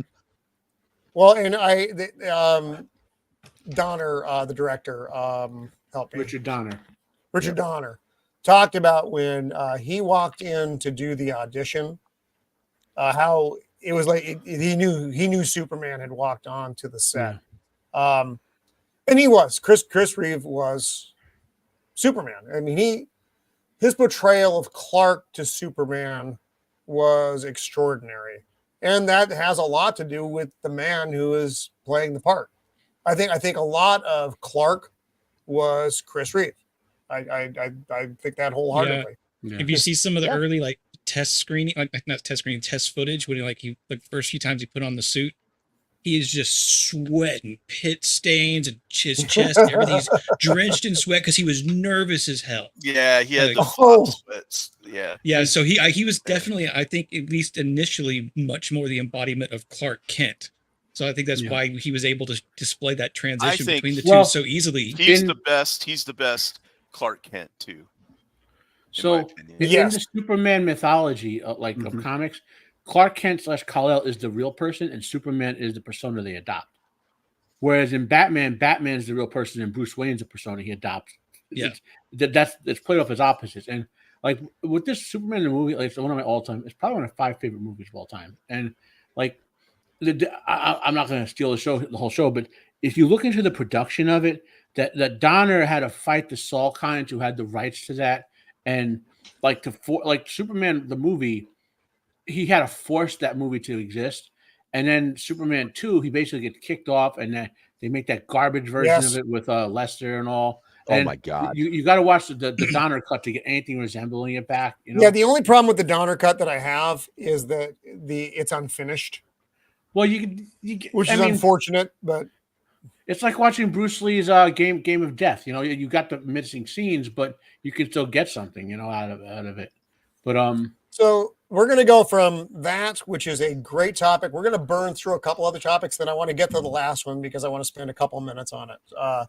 So the next one, like I said, Mando, this is your job. Burn it all. It's just why the fuck do these exist? What? Glenn Powell, who I do like a great deal. He was in Top Gun. What? He was in Twisters, which I didn't see because I don't give a fuck. But he was also in Hitman on Netflix, which I thought was fucking great. But he is going to be in a new adaptation of photo from The Running Man. Is this no? Okay. Yes. So, no. Yes. Come on. I know. The Schwarzenegger. For those who haven't read the novella, the Stephen King novella, the Schwarzenegger movie was in the spirit of the novella, but tonally very different, right? So if I would, it's like Think from Another World and John Carpenter's Thing. Like if this movie is more like the novella, like I would be okay with it, and as long as it's not woke either. You know what I'm saying? But like if they're just remaking Schwarzenegger's film with no, they are not. They actually talk about. Okay. So the movie is set in America under a totalitarian regime, which is kind of the same. That uses a violent game show to placate the masses, which again is the same. One desperate man needing money for his sick daughter joins the most popular show in which teams of killers hunt down contestants. So that is different than the Schwarzenegger film. Probably, oops, my notes again. More in line with the if they were I've never read the novella. Yeah, if they were doing a just a remake of the Arnold movie, it would not work. It works with Arnold. No, there's no reason to do it. There's no reason to do it with anybody else. But if they're going to more of the novel, that's different. Again, though, does it really need to happen, Jacob? And probably not. I won't say what the Not ending of really. the novella is, but the ending of the novella, the way it leads to it, is one of the best endings for that type of story you could possibly get. Okay, we had a couple more quick ones here. Sigourney Weaver, the star in Mandalorian and Grogu. Just real quick. All right. Most people probably don't know what the Running Man movie is with Arnold, let alone there's a book. Oh, that's true, Jacob. That's the reason I ask why redo it.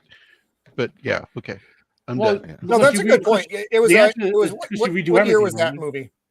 What year was the Running Man film? Running Man was like 87. Yeah, I think it's 87. Yeah, so if you haven't seen that movie, kids, it's got Arnold Schwarzenegger, Richard Dawson, who was the talk show host of The Age. Yeah. Mick Fleetwood, which in a weird cameo, and a lot of good. It had Jesse the Body in it too. Yeah. Yep. Yeah, it's a very entertaining movie. and I would definitely check it out if you haven't. So what the fuck? Sigourney Weaver to star Arnold in The Mandalorian and Grogu. Who loves you and who do you love? Yes, it was Richard Dawson, man. He was just unreplaceable. And so the crossover appeal, Roman. This is something you don't know, but the crossover appeal, because Richard Dawson, like the I guess you would say the World War II generation women love Ridley. That was like their like sex idol type of thing. So they were there was a people who the people who went to see that movie there was a massive surge in like older baby boomer and younger World War II women who normally wouldn't go see an action film. Even my grandma, like she was like, I want to see that movie. Grandma was like, oh, I can see that. I just love him. Yeah, that's exactly it. Yeah, you know. So again, now Sigourney Weaver to star in Mandalorian and Grogu. I don't care. It's going to be directed by Favreau, which Favreau is the one that brought Mandalorian to the table. I just don't know if this is going to have legs. Is Mando going to be subservient to her character? I don't even. We don't know who she's playing. We don't know what she's doing. We just know that she is going to be in it. Now, what does that mean? Based on like some of the characters she's played in the past, she's probably her and the character of Bo-Katan on the same screen. Like they're gonna. I don't know if that's gonna be great. You the same thing. Yeah, because they're the same actress. Like that's her personality and Bo-Katan's personality are basically the same thing. So I don't know like how like she can't be the lead woman, and that's what she's used to being, is one of the lead people. So she is very old female stoics. Remember, movie. She's like fucking 75. You know, she's not the shining star she was. Also, I am not going to fucking see I hate to say this, but Weaver at 75 is probably a better actor than Sackhoff was for her entire career. No. I do actually like Katie Sackhoff. I find it unfortunate what they did with the character of Bo-Katan in The Mandalorian. I don't think that went well. Mandalorian season 3 was not good by almost any stretch. But again, the problem is the timeline is really long between when people gave a fuck about The Mandalorian as to when this movie is coming out. I don't see it having that fucking little green motherfucker only has so much grab. You know, they've seen him already. They know what he looks like. Oh, it's still fucking Grogu. He's still shitting himself and trying to eat fucking tadpole eggs. Do you think he'll go like this? Yeah. Well, not only that, but the time to market Grogu would have been like after season 2 or whatever. But Kathleen Kennedy was so jealous she tanked the product. So now they fucked that up. They didn't even have Grogu toys when The Mandalorian dropped. When it first came out, they could have made over $1 billion on merchandise easily, but they, for whatever reason, they wanted to keep it secret. They didn't want to give it. Good job. Well, no, Kathleen Kennedy didn't like the fact that's why she sabotaged all those TV shows. Yep, Jon Favreau. She didn't have the control. Yep, and those TV shows that Favreau was running with Filoni as his crony was supposed to be their own little universe, nothing to do with the movies and all. And it became more popular than hard junk, and she squashed it. All right, one more quick topic, and then we are going to move on. Grogu should have been gone, but they left him there. To join Luke, and all that should have been. All it makes me want is for Mando to make Grogu beef jerky out of him. Oh, Grogu jerky! I bet that would be delicious. Maybe a little salty, but I'd be okay with that. Okay, I'm going to read something from this. Now, everybody just kind of stand by for a sec. So they're filming another fucking Predator movie, but I'm going to read you the tag here, and this drove me out of my mind. A groundbreaking film in which one of the two storylines delves into the intricate bond of two very different sisters. Their familiar ties are put to the ultimate test as they pursue divergent paths and missions. That sounds oddly familiar. The lead actress will play the twin sisters called Thea and Tessa. Thea is smart, witty, and has spent most of her life in a laboratory. And with this, she is on her first big adventure in the world. Tessa has a militant intensity when it comes to completing her goals and objectives. So they found a that way sounds like, to actually... the intro to a fan fiction. Do you know what actors they're going to put up against the Predator? I would assume it's the lady from The Acolyte. Ella Fanning. Oh no, they're not the Fanning girl. The girl that barely weighs 50 pounds is going to go up against a Predator. Oh, good. Anyway, Well, that sounds exactly like the plot for The Acolyte. That yes, Well, that was the Acolyte problem Predator. with Thank you, Jay. what was the last Predator movie with the Indians where Prey. Everyone said that the movie wasn't Pray that for bad, it to be over. but I couldn't get past the fact that this Indian girl was tiny, and she was doing unbelievable things for such a tiny person, right? Yes. Like if they got Sigourney What? Weaver, who was like legit 6 feet tall and not manly looking, but strong looking, maybe I would have believed she could have done some of that stuff. But not a 5'2" like waif girl or whatever she was. The only way it works is if somehow she's so there it smart, is. she's outsmarting them, and like, you know what I mean, like setting traps and using like guns or something, and like running around. That, by the way, is how Arnold and Danny Glover's characters beat the Predator. They did not overpower the Predator. The Predator was a really physical fight. They like Schwarzenegger out-trapped him, out-cunning him, and Glover turned his own weapons against him. You know, his own rules. When you were reading that synopsis and it was about the two sisters, I was like, are they both predators? Like female predators, like running around? That would have been better. Like exactly. I said, That's why I was like, okay, this might be intriguing. But then it's like, no. It's the Acolyte with a Predator. No. So yeah. there you go.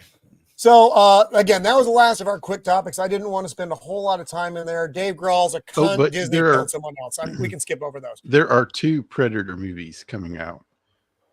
That one and a sequel to Prey. For it to that be is over. the sequel to Prey. Oh, I think that's the sequel. The same director. I believe that's the one. Why do I keep getting called Prey? tips? For it to be over. Pray for the end. Jake's making dad jokes. So let's move on. This is the last topic that I wanted to look at. I thought it'd be kind of fun. Top 10 comic book movies of the 80s and 90s. I have not looked at this list because I wanted to be as surprised as the rest of the panel when we go through this. When I see Grosku. What is Grosku? Is that when someone fucks the puppet and puts it back on the shelf? Because that's disgusting. You shouldn't do that. What did I say? Oh, well, that image is there. Thanks, Roman. So Teenage Mutant Ninja Turtles 2, that's stupid. The Crow. The Crow made the list. Yeah. That's good. Oh, 2. Oh, okay. The second one. Yeah, here's the deal. I know people love the Teenage Mutant Ninja Turtles. I myself don't have a lot of affection for them. I just didn't care. But I mean, a lot of my hobbies have the same people feel the same way about that. My wife, in fact, Mrs. of the Empire, that's really 90% of my hobbies. Why are you wasting all the money buying those stupid little figures? I don't know. Anyway, so that was up there, 1991. The Crow, 1994, absolutely belongs on a best of list. Yep. Darkman. Darkman was a really interesting movie. Liam Neeson. It is a Sam Raimi film. It is strange and weird, and it's not what you expect out of a movie of this nature, but it's fucking cool. Although, what's her name? Jake or Matt? What's the female lead from Fargo? It's the lady from Fargo. Oh, but I was gonna say, Darkman. You got me distracted, Roman. But Darkman, for those who don't understand, it's a character who has suffers an accident that, among other things, messes up his emotional centers, right? And they do a cool thing. Yeah. Raimi does a cool thing with the camera, and whenever Darkman rages, it's like this. I don't know how the effect is called, but you can see the film affected by it. Like he's not powering up like in reality, but he's conveying the intensity of his emotions boiling over somehow with the camera. Ow. You know what I mean, Sammy, right? Yeah. It's just such a great filming technique. Raimi's an underrated director. Like yes. Thank you, Francis McDormand. Matter of fact, Jacob, there's our filmography tomorrow. We're talking about Sam Raimi because it is he's such an underrated director. Like with oh my god, I could talk about Sam Raimi and be just, and you know what I'm saying? It's I like him. I like Evil Dead 2 better than Evil Dead 1, which most people I think do. And I love Army of Darkness. And Army of but Darkness that's the best. Drag Me to Hell from Sam Raimi is fucking gold. It didn't do Drag Me well to at the Hell is box great. office. I love Fuck, that it movie. is such a good movie, though. God damn, Well, that is like okay. ick. The Here's ick the thing. factor is very high. Roman, think about this. Evil Dead 2 is only as good as it is because of Evil Dead 1. In other words, the plot of Evil Dead 1 has to happen for Evil Dead 2 to work. You know what I mean? So Right. I mean, Evil Dead 2 is Yeah. basically Evil Dead 1. There's not a lot of difference, except Evil Dead 2 for me was just a better production. Well, yeah, it's a higher What value can we learn? remake, but Sam Yeah. Raimi inverted the concept and made it a sort of like weird sequel type of thing. It's just amazing filming technique. I didn't know that. He's just such a master. Oh my god, I can go on and on. I want to. Oh no, Sam Raimi. We could do. You know what, Matt? Put a pin in this, and let's do a Sam Raimi show down the road, where we do our top Sam Raimi movies, because I miss those our top shows. Those were fun. I want to revisit Sam Raimi. This has no place in this at all. Spawn was a terrible movie. Sadly, Spawn was fucking awful. I actually went to the theater to see this. I did like the special effects in his suit and the cape. I thought that was cool, but yeah, it was not that good. John Leguizamo as the clown. There was just nothing working for me in this movie. There are a whole load of movies not on that list. The cartoon was better. Yes. Way better. Hey, I'm sorry. It's our good buddy Lance popping in before I hit the Z's. Hey, Lance. Make sure you do a Sammy. Gary Sneeze picture. Wait, what? I'm a little confused by that. My haircut and my glasses. I look the like new Gary haircut. Sneeze. Okay. That's got to be. It's because Thanks, Lance. Love you, buddy. You can't trust the Brits. So this movie has no place here. This movie was, although I'm going to tell you, the soundtrack was fucking killer. They did this thing back in the 90s where they would pair like heavy metal bands with rap artists, and you would get this weird song out of it, and they were often very good. This movie had that. Yeah. It's a really good soundtrack. The one great thing about that movie, and you can watch all the scenes in 10 minutes or less. That's true. John Leguizamo plays the Violator, and he steals the movie for his like 10 minutes worth of scenes. Oh yeah. Yeah. I'm not the replicator. I'm not the eradicator. I'm not the. I'm the violator. Like he just goes, oh my god. You got him extra crispy. He's like 10 times better than the movie. You know. Yeah, the movie is fucking terrible. The movie is fucking terrible. For those of you, the anime. Yeah, but it's still fun. I don't even have fun with it. I can't even enjoy it that much. Batman 89, it definitely belongs on the list. I don't think the movie has aged very well. I know a lot of you love this movie. I hate Jack Nicholson as the Joker. I thought it was fine at the time. It's and a you good don't movie. have. Sorry, well, what this movie did was, without Batman 89, you don't get the modern era of superhero films. And you did get a lot of good movies before we start shitting on the modern era. You got a lot of good movies in the modern era after Endgame, not so much. Endgame and up, you got a lot of them. And this movie is to thank for that. Without this, you don't get that. And I did like Michael Keaton. I thought Michael Keaton did a very good job. Like I said, I just didn't like Nicholson, and I thought the soundtrack was wonky. Not the Danny Elfman soundtrack, but the Prince soundtrack stuff I didn't prefer. I remember when it first came out, it was super hype. Everyone's playing the music and all this stuff. Don't rub another man's rhubarb. Okay. Yeah. Don't rub I shan't rub another man's rhubarb. And then I saw the movie and I was just like, eh. It had one halfway decent fight scene, and that was it. That lasts for like 4 seconds. This is probably one of my top 2 favorite films of all time. No, and a lot of people love it. But remember, Sammy, I was there. 3,000 years ago when Batman came out. Okay. I was 2, so I was probably like, Batman. And this was one of the ones that my parents would just like let me watch. They'll be like, hey, if he's being fussy, just put on Batman. He tends to shut up. Lord. It was a good movie, but it wasn't a great Batman movie. That's how I always thought. Yeah. Okay. Well, I'll argue that it's better than Batman Returns. A lot of people feel differently. That's because a lot of movies this was not good. This Batman Returns is even Michelle Pfeiffer, who Wrangler, welcome. I have not seen you in the chat before. Welcome to the show. Yes, Morgan. Ask my wife, Morgan D. She will tell you I have seen Batman '89 infinity times. It's just okay. No, that's fine. I used to be really into this movie when I was a younger man, and then it just for me it didn't age well. Just didn't work. And it's we our tastes change as we age, and you have It's to go all to the good, bathroom man. a lot of I'm times. I'm It's not all related. like upset. I've had people say way worse. Sammy, I say- needed to calm down a little bit. Sammy, I needed to bring it down. It You're works Batman- both level of ways. intensity. You're When Batman you see a 89. movie that you No, liked no, when it's you were fine. younger, I and said then it's you see it fine. again, and then it's Okay, you're like, let I me that think ask wasn't Sammy too is good. very question upset. here. Sammy is on the verge. Is No, Hey, no, no. Batman We can't be right about everything. Let me pose a question. Is Batman Returns better or worse than Batman and Robin? Better. Better, Way better. better. There you go. If Definitely. nothing else, you can watch Michelle Pfeiffer capturing the Yeah, movie in she's that the only catsuit. who watched the movie. She's the only redeeming part about this movie. Christopher Walken, who I love dearly, is terrible in this movie, and Danny DeVito's Bruce Wayne. Penguin is grotesque. Yeah. Fucking grotesque.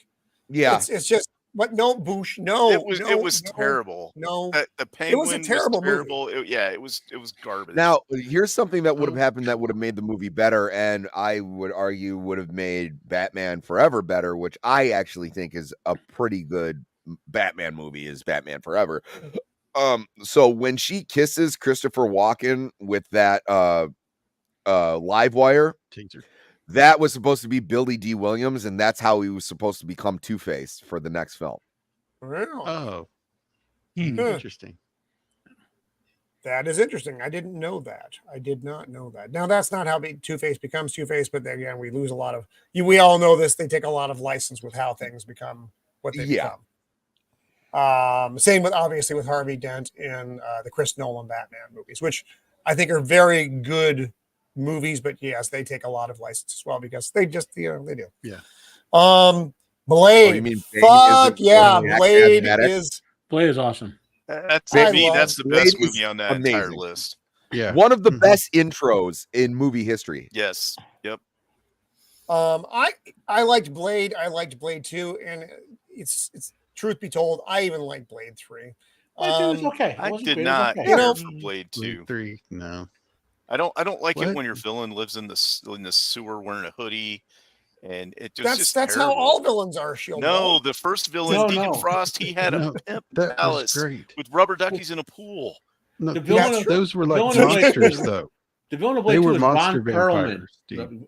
So you got to think of it's Ron Perlman. That's the villain of Blade 2. And Join us on Discord. I'm being invited to Yes. join on Discord. Are you, John Richards? I'm going to ask a question. Are you in England or Europe? Because as far as I know, the Europeans are the only ones who really like Discord. I'm not bagging I'm on it. but I absolutely fucking hate Discord. No, I I'm was on it, not and he's for- been helping me use it. Oh, you need help to use it because it is not intuitive at all. It's like Facebook's retarded cousin, and I don't like Facebook either. I'm on there. Um, Nadia's on there. Leon's on there. There's a bunch of Blade guys only on there. made it to my radar because I'm of on you. there. I spend Oh, most yeah. of my time on there actually. So Yeah, I've been Leon's having a lot on of fun there. on there. I fucking hate Discord. I hate Discord. I used to hate Twitter, and then I find Twitter to be a very, very useful tool. Discord is like the Wish version of a lot of these things. It gets the job done, but it's not very friendly, and you're going to want to hurt yourself at the end of it. That's the way I feel about it. what made the first Blade movie so good is it was such a good movie that most people didn't even know it was a comic book based on a comic book. Right. It was that good. I didn't really connect it until much later. And when it Blair, first came out, I you're wasn't fired. gonna watch it because I thought it was gonna be Well, crap. And then all my friends And were like, also, "Oh this man, was it's the really this was good." the movie that made Blade like a daywalker. Before he wasn't Yeah. really vampiric. He had that thing with Deacon Frost and his mom, but that really only made him immune to vampire bites. Is why he was Yeah. such an effective. And I would argue with the Blade movies, sometimes they make improvements in comic book land that I think are good, and I think this was one of them. Also, I hope they do this. I know not everybody wants it, but I would still love to see another Blade with Wesley Snipes. I'm down. Hell yeah. Well, I'd like to see them close it out. Make the movie and close it out. Give them a good exit, Wesley man. Snipes says in Daredevil and Wolverine, there's only one Blade. And yeah. Ryan Reynolds, who has clout now since he has Disney's biggest movie and wants to do the Blade sequel. He wants it, so you know. Yeah, and he looked great in that. Like he looked in shape. He still looked the part. Yeah, Well, so they can do it.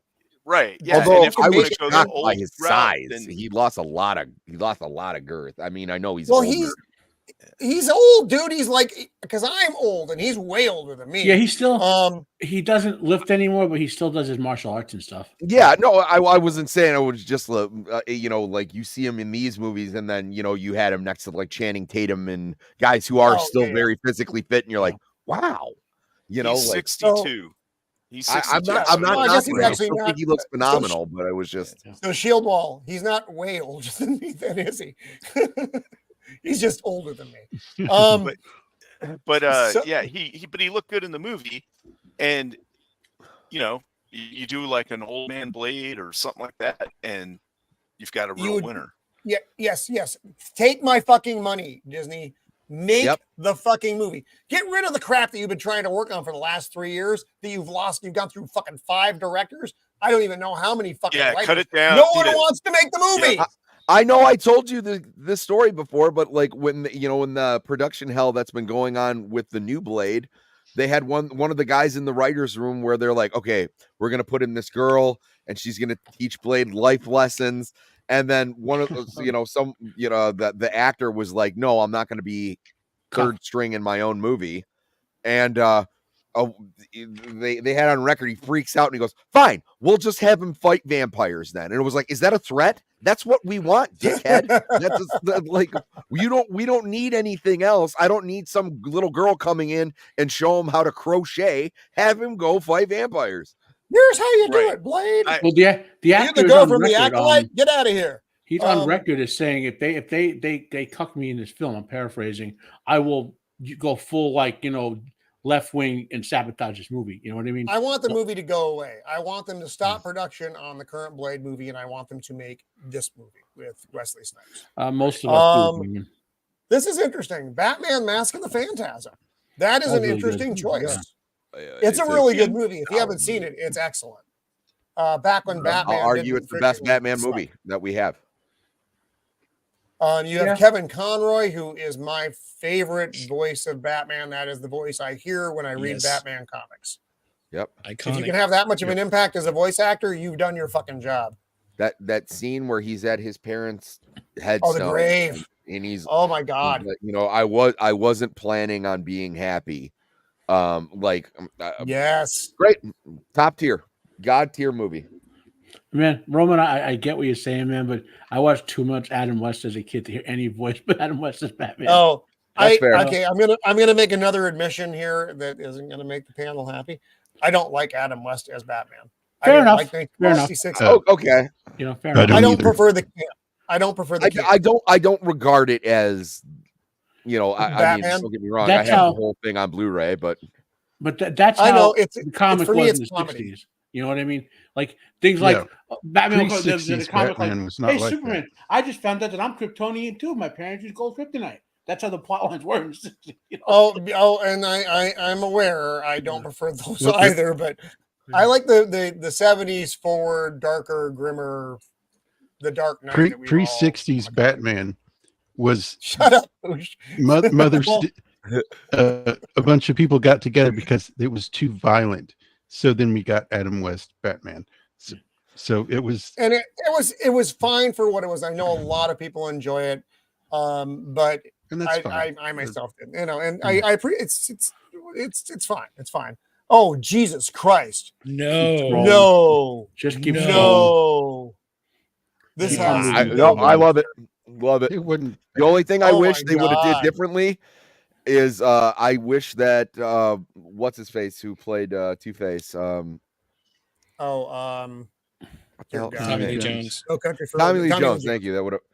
if he would have played his character more like Agent K in Men in Black instead of trying to mimic what Jack Nicholson and Yes, Jim that Carrey was a were huge doing. mistake because he didn't do a good job with that. He does it in the beginning in the bank scene where he's flipping the coin, and then all of a sudden he just loses it. And I was like, if he would have played that deadpan and just would have flipped the coin the whole time, that would have been awesome. Like it would have brought the movie up an entirely different level. Yeah, this shouldn't be here in any way, shape, or form, in my opinion. The only thing I could stand Jim Carrey in is what about Val Kilmer as Batman? I liked Val Kilmer as Batman. I think Nicole Kidman is smoking hot. Oh God! I didn't like Chris O'Donnell as Robin, where he's like, "Hey, I'm gonna adopt this conservatively 25-year-old man," and he's like, "I'm gonna do kung fu laundry." I hated that scene where Alfred's like, "I'll do your laundry, sir," and he's like, "No." I got it. Like that was dumb. Even as a kid in theaters, I'm going like, "This is kind of gay." But other than that, it's still fun. Other than that, yeah. No, yeah, I'm not. Oh God damn it! All right, so here's the Teenage Mutant Ninja Turtles again. Oh, come on, the best comic adaptations of all time. Yes, this was obviously written by a millennial, and I'm agreeing with him. Well, here's the thing, right? So this movie was closer in tone to the comic books than the kiddie TV show that and we had to tell our because obviously I was in my 20s or whatever.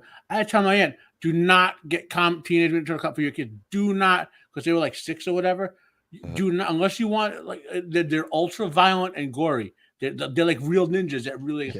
The end of this movie, see, I agree with this one being here. The end of this movie, Casey Jones just straight up murders a man in a garbage truck. So it was definitely not nearly as much a kid movie as everybody thought. For this on vinyl, it was like one of my I first. want a comic book accurate Teenage Mutant Ninja Turtles. That would be great. It is. It's great, and the guy who voiced Shredder is fucking amazing. Okay, money cannot buy the honor you have earned tonight. And I'm just like, wow. Is that the same voice as Optimus Prime? Peter Cullen. I don't know. I don't think so. Okay. Because you sounded like Optimus Prime. Well, he does. He sounds like Optimus Prime. Oh, is that it?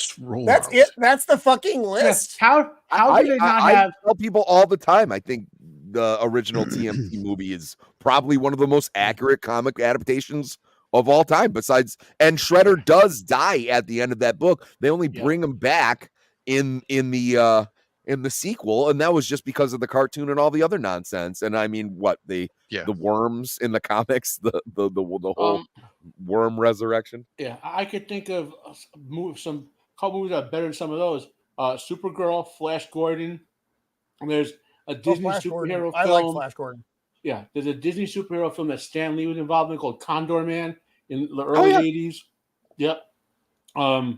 Even the first Swamp Thing movie was better than some of the films on there. I would say arguably better than a third of that list, Matt. Yeah. Okay, and I will also argue in Swamp Thing when what's his face originally gets thrown when he gets doused in the chemicals and he goes on fire. That's the most on fire that I've ever seen anyone in a movie. The evil, Professor. Before he jumps into the swamp when he's on fire, like I will put that movie on just to show people that sequence and go, look how on fire this guy is. Yeah. And it had Adrian Barbeau, which goes a long way. Yeah.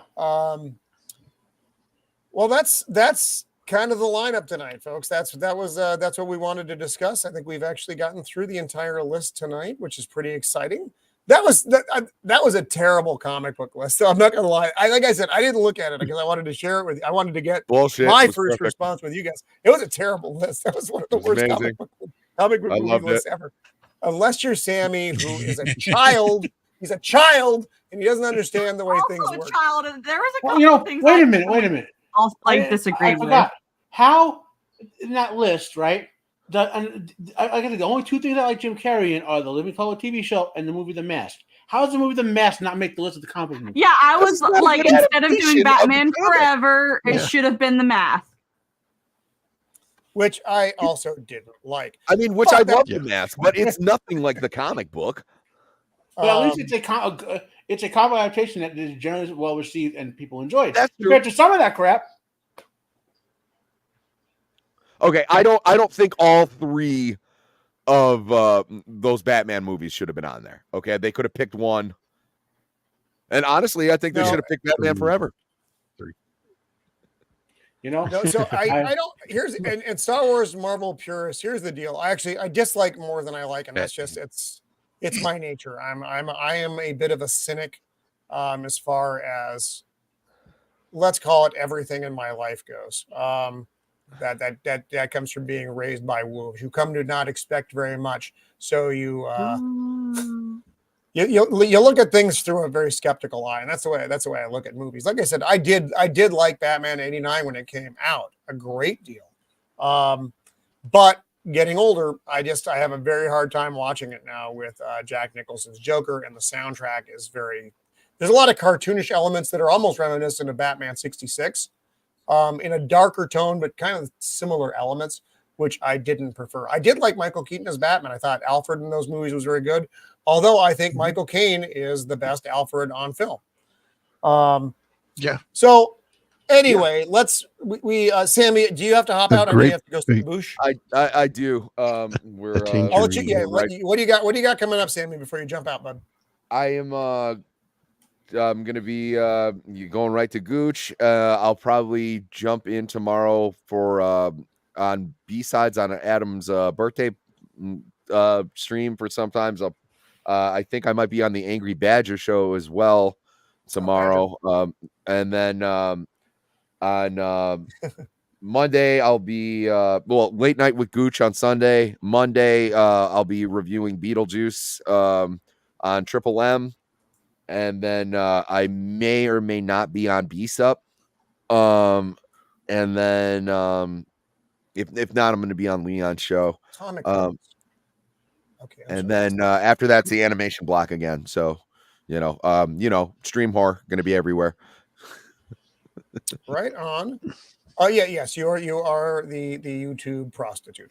But it's always good to have you here. I like prostitute. It gives you a bit more clout. Thank you. So yeah, thank you for hanging out with us this week, Sammy, and we will see you next week here and all around YouTube in between. Love you guys. See you next week. All right, my brother. Later. Bye. So you say prostitute. I like to think of him as a Sammy of the night. Oh, that's actually very nice. We may actually just start using that. Yeah. So favorite comic book runs. So it's funny. I have certain things, but they were more like in the one-off territory. Dark Knight, obviously, but I know that was 80. Well, that was 80s. That works. The Dark Knight, Batman, the Cult, I think is one of the great underrated books, maybe ever. What else? There's another. There are a lot of great Batman titles that came out. The Killing Joke. All of these were in the 80s. And I love them. The regular Batman series, I wasn't reading at that point, but those special feature runs, I think were brilliant. The Cult, if you haven't read The Cult, and I know that doesn't get the headlines that say The Killing Joke or The Dark Knight Returns does, but the artwork in that book and the story, it's a 4-issue book, are fucking phenomenal. And go find it if you haven't read it. So anyway, that's it for the show this week. I thought this was a lot of good topics. I very much enjoyed having Aaron C. on earlier. Thanks to him for being with us and sharing Immortal Rising. Like I said, it's in the description of the show. Order the book. Check it out. Just on the Indiegogo site, and I think you're gonna get a good bang for your buck on that book. So let's go around. Did we lose Jacob Ironside? He was doing so good. He was. He held on right on to the end there. So let's go around and we can do our outros, and then we'll say goodbye to everyone. Shield Wall, my dear friend, what do you have coming up? Hey, thanks for having me on. It's great to see Aaron's book and the Blue Lady. Coco was very enthralled with that cheesecake. Anyway, so what I got coming up is next Tuesday, I will be on Jacob Ironside's show, and we will be doing episodes from season 1, episodes 14 and 15 of the X-Files. We're back with X-Files again? Yeah. He's got that set up to where it's the first show of every month is X-Files. Okay. Yeah. Well, at least through October anyway. But that's been fun to do. It's good to watch that show and see. Not every episode is a banger, but it's good TV. You get to see the good production values and the things that they were able to do and work with for a lot less money than they're spending today, which is crazy. But it's a decent show and it's a good time. And then whatever we got coming up next week. I send you people a schedule. No one. Yeah, my brain is not. I give and I give and I give, and all you people do is take. It's in here somewhere what the schedule is. Well, I'll probably try to crash Jacob's X-Files stream like I always do, because I love crashing the X-Files streams. But thank you, Shield Wall, once again for hanging out and doing your part here at Of the Empire, my brother. And saving the United States from a massive spider invasion every week. Well, every week. Mando, what do you have coming up there? You crazy kid, you. Well, I'm gonna be rolling some more dice this Saturday with the Inside All Day podcast crew. And then I am probably going to stream on Monday on my Kick/Twitch channel. That seemed to work okay. And then Tuesday for Jacob X-Files, then Thursday here, unless something's happened, because I was persuaded to coach Little League soccer for the fall. So I have no idea what that's going to look like. I have no idea what the schedule is, and no one has told me anything other than thank you for signing up to be a coach. What I'm expecting is for 4 or 5 police cars to show up in the middle of soccer practice. Beard of Liberty, what do you have coming up, my friend? I like to just keep it simple these days. Sunday afternoons with Stark of Iron for some Fallout chat, just being nerds talking about a fandom that we really like and enjoy. Monday nights after the weekend for some old school movie reviews, except for this upcoming Monday. We're taking the day off since it's Memorial Day. Tuesdays with Jacob and the rest of pretty much everybody else here. And Thursdays back to this channel, of course. And I've, of course, been doing a lot of streaming on my own channel at Beard of Liberty. Mostly Fallout London, dabbled in some Helldivers here. No, I don't think I'm going to be streaming on that tonight, because I got to kind of do some offline stuff, because you eventually get to a point in a game where it's just kind of boring for people to watch and you don't want to lose their interest. So taking a night off is usually the better thing to kind of speed things along and then let them catch up. So if that's too much to follow, Linktree/Beard of Liberty, I've got links to every channel that I'm on and times. But right on, or just watch your local news and look for the man who is hunting people on his property, allegedly. Matt, what do you have coming up, my friend? Roman, I would like to take a minute to share something with your audience. If you pull that up, this is the image booklet from Winter Sun's new album. So this is just the artwork booklet they sent with the album. That is lovely. Yeah, the level of artwork is the level of music. It's. And did you send me the link for this, Matt? I don't remember seeing the link. I don't know if you got the Indiegogo, but you'll be able to hear it on Matflix at some point. Okay, got it. Looking for it, but just the level of work he put into this. I paid $50 for the Indiegogo back then, and it's worth it. I probably wanted to buy the actual album too on Blu-ray just to have the music videos that I was throwing in and whatever. But it just wow. These images so high resolution, it took like a minute to load them, on my supercomputer. It's like, but we just wanted to share a little bit what I just got. Nice. That's good looking art. Yep. So And as far as what I got coming up, so I loaded this week videos for Yara #1 review, Gooding the Polymath #1 review. Those are Rippaverse comics. My review with not a lot of spoilers for Harrow County, which is the horror comic, 32 issue in 2 big, nice bound books. I do go over the background of what Haints are, so people understand that going into it, which is based on American folklore. I also have a video up for Sharp season 4, episode 2, Sharp Siege. A review of that, which is the best Sharp since the second episode of the first season. If I got my interest in them correctly, they're all great, but that was an amazing episode. I will have a review up of AEW's All in London pay-per-view. Probably record that before I go to bed tonight. But I'm gonna take a little rest first, and then I gotta put up. I gotta do some video editing because there will be 2 little videos for Jacob and I reading these 2 little golden books, The Nightmare Before Christmas and Stranger Things. Stranger Things. That's funny. And spoilers, the Stranger Things one just spoils the whole 4 seasons in one 15-page book. But they're all good for kids. I'll have a video for what else do I want to do a video for? Preview video for WWE's Bash in Berlin. That'll be a short one. With only 5 matches.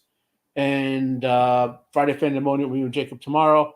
And we'll be talking about what Fandemonium Jacob did we? Oh, he's gone. I'll remember by tomorrow. And what else? Rings of Prime is out, and I have already watched the first 2 episodes. I will do my standard brief review analyzing the episode for its own worth with the horrible writing that's already in the show. Okay.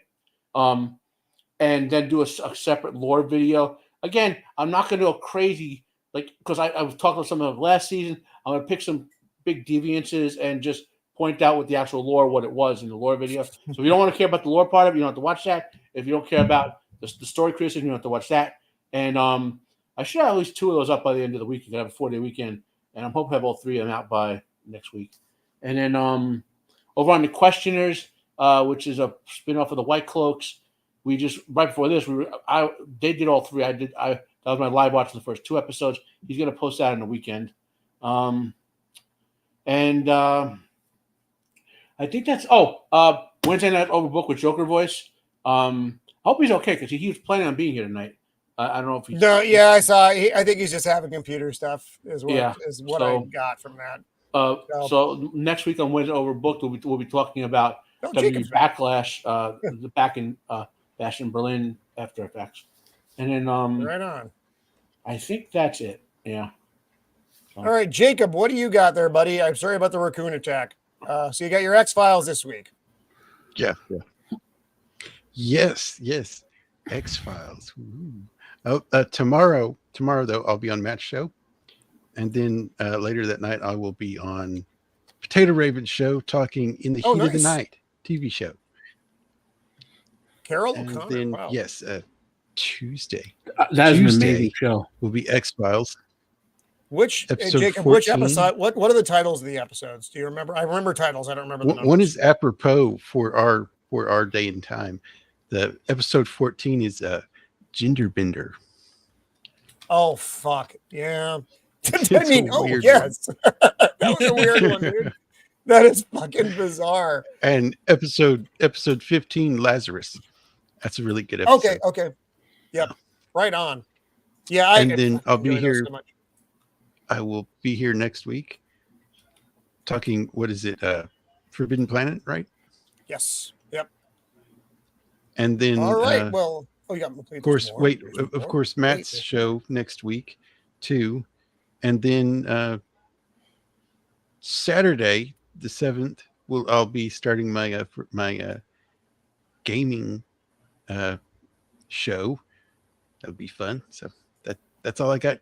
I got kind of a busy week coming. Right on.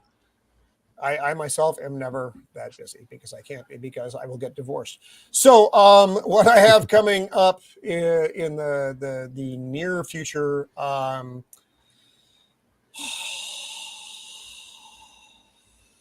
On Tuesday, I'll probably jump into Jacob's stream for X-Files. That's 5 Pacific Standard. Those shows are always a lot of fun.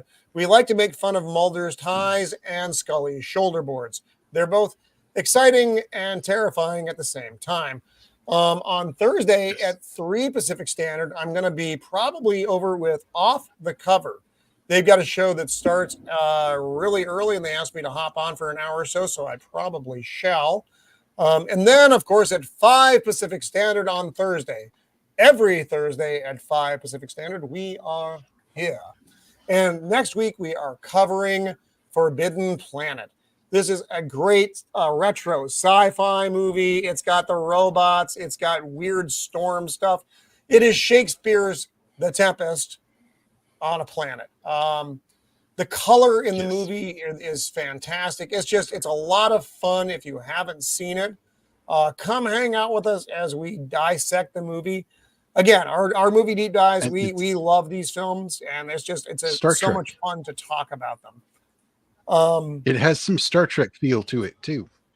Before Star Trek, series, remember these before Star Trek, way back. Yeah, as far as the uniforms, the weapons, the way the crew interacts, you get a lot of it. If you haven't seen it, check it out. If you don't want to check it out, just hang out with us next Thursday as we check it out. And then the following fucking week, they're making me do The Fifth Element. Yes. And we will be taking guest spots for that because I know a lot of people want to hop on for that.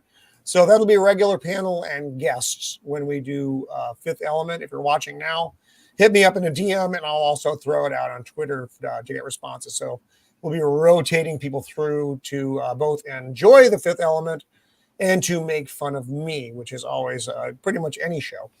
So I want to say thank you very much to our panel tonight. This was a lot of fun. This was great. And to Aaron C., creator of Immortal Rising, thank you for hanging out with us and talking about your upcoming creation. And chat, as always, you guys were fantastic. Yes, Boosh, Tangerine from Batman. So thanks for hanging out with us. Remember, if you're watching this on the rewatch, thank you as well. Please like and subscribe because that is always important for the channel. And until next time, be kind. Later.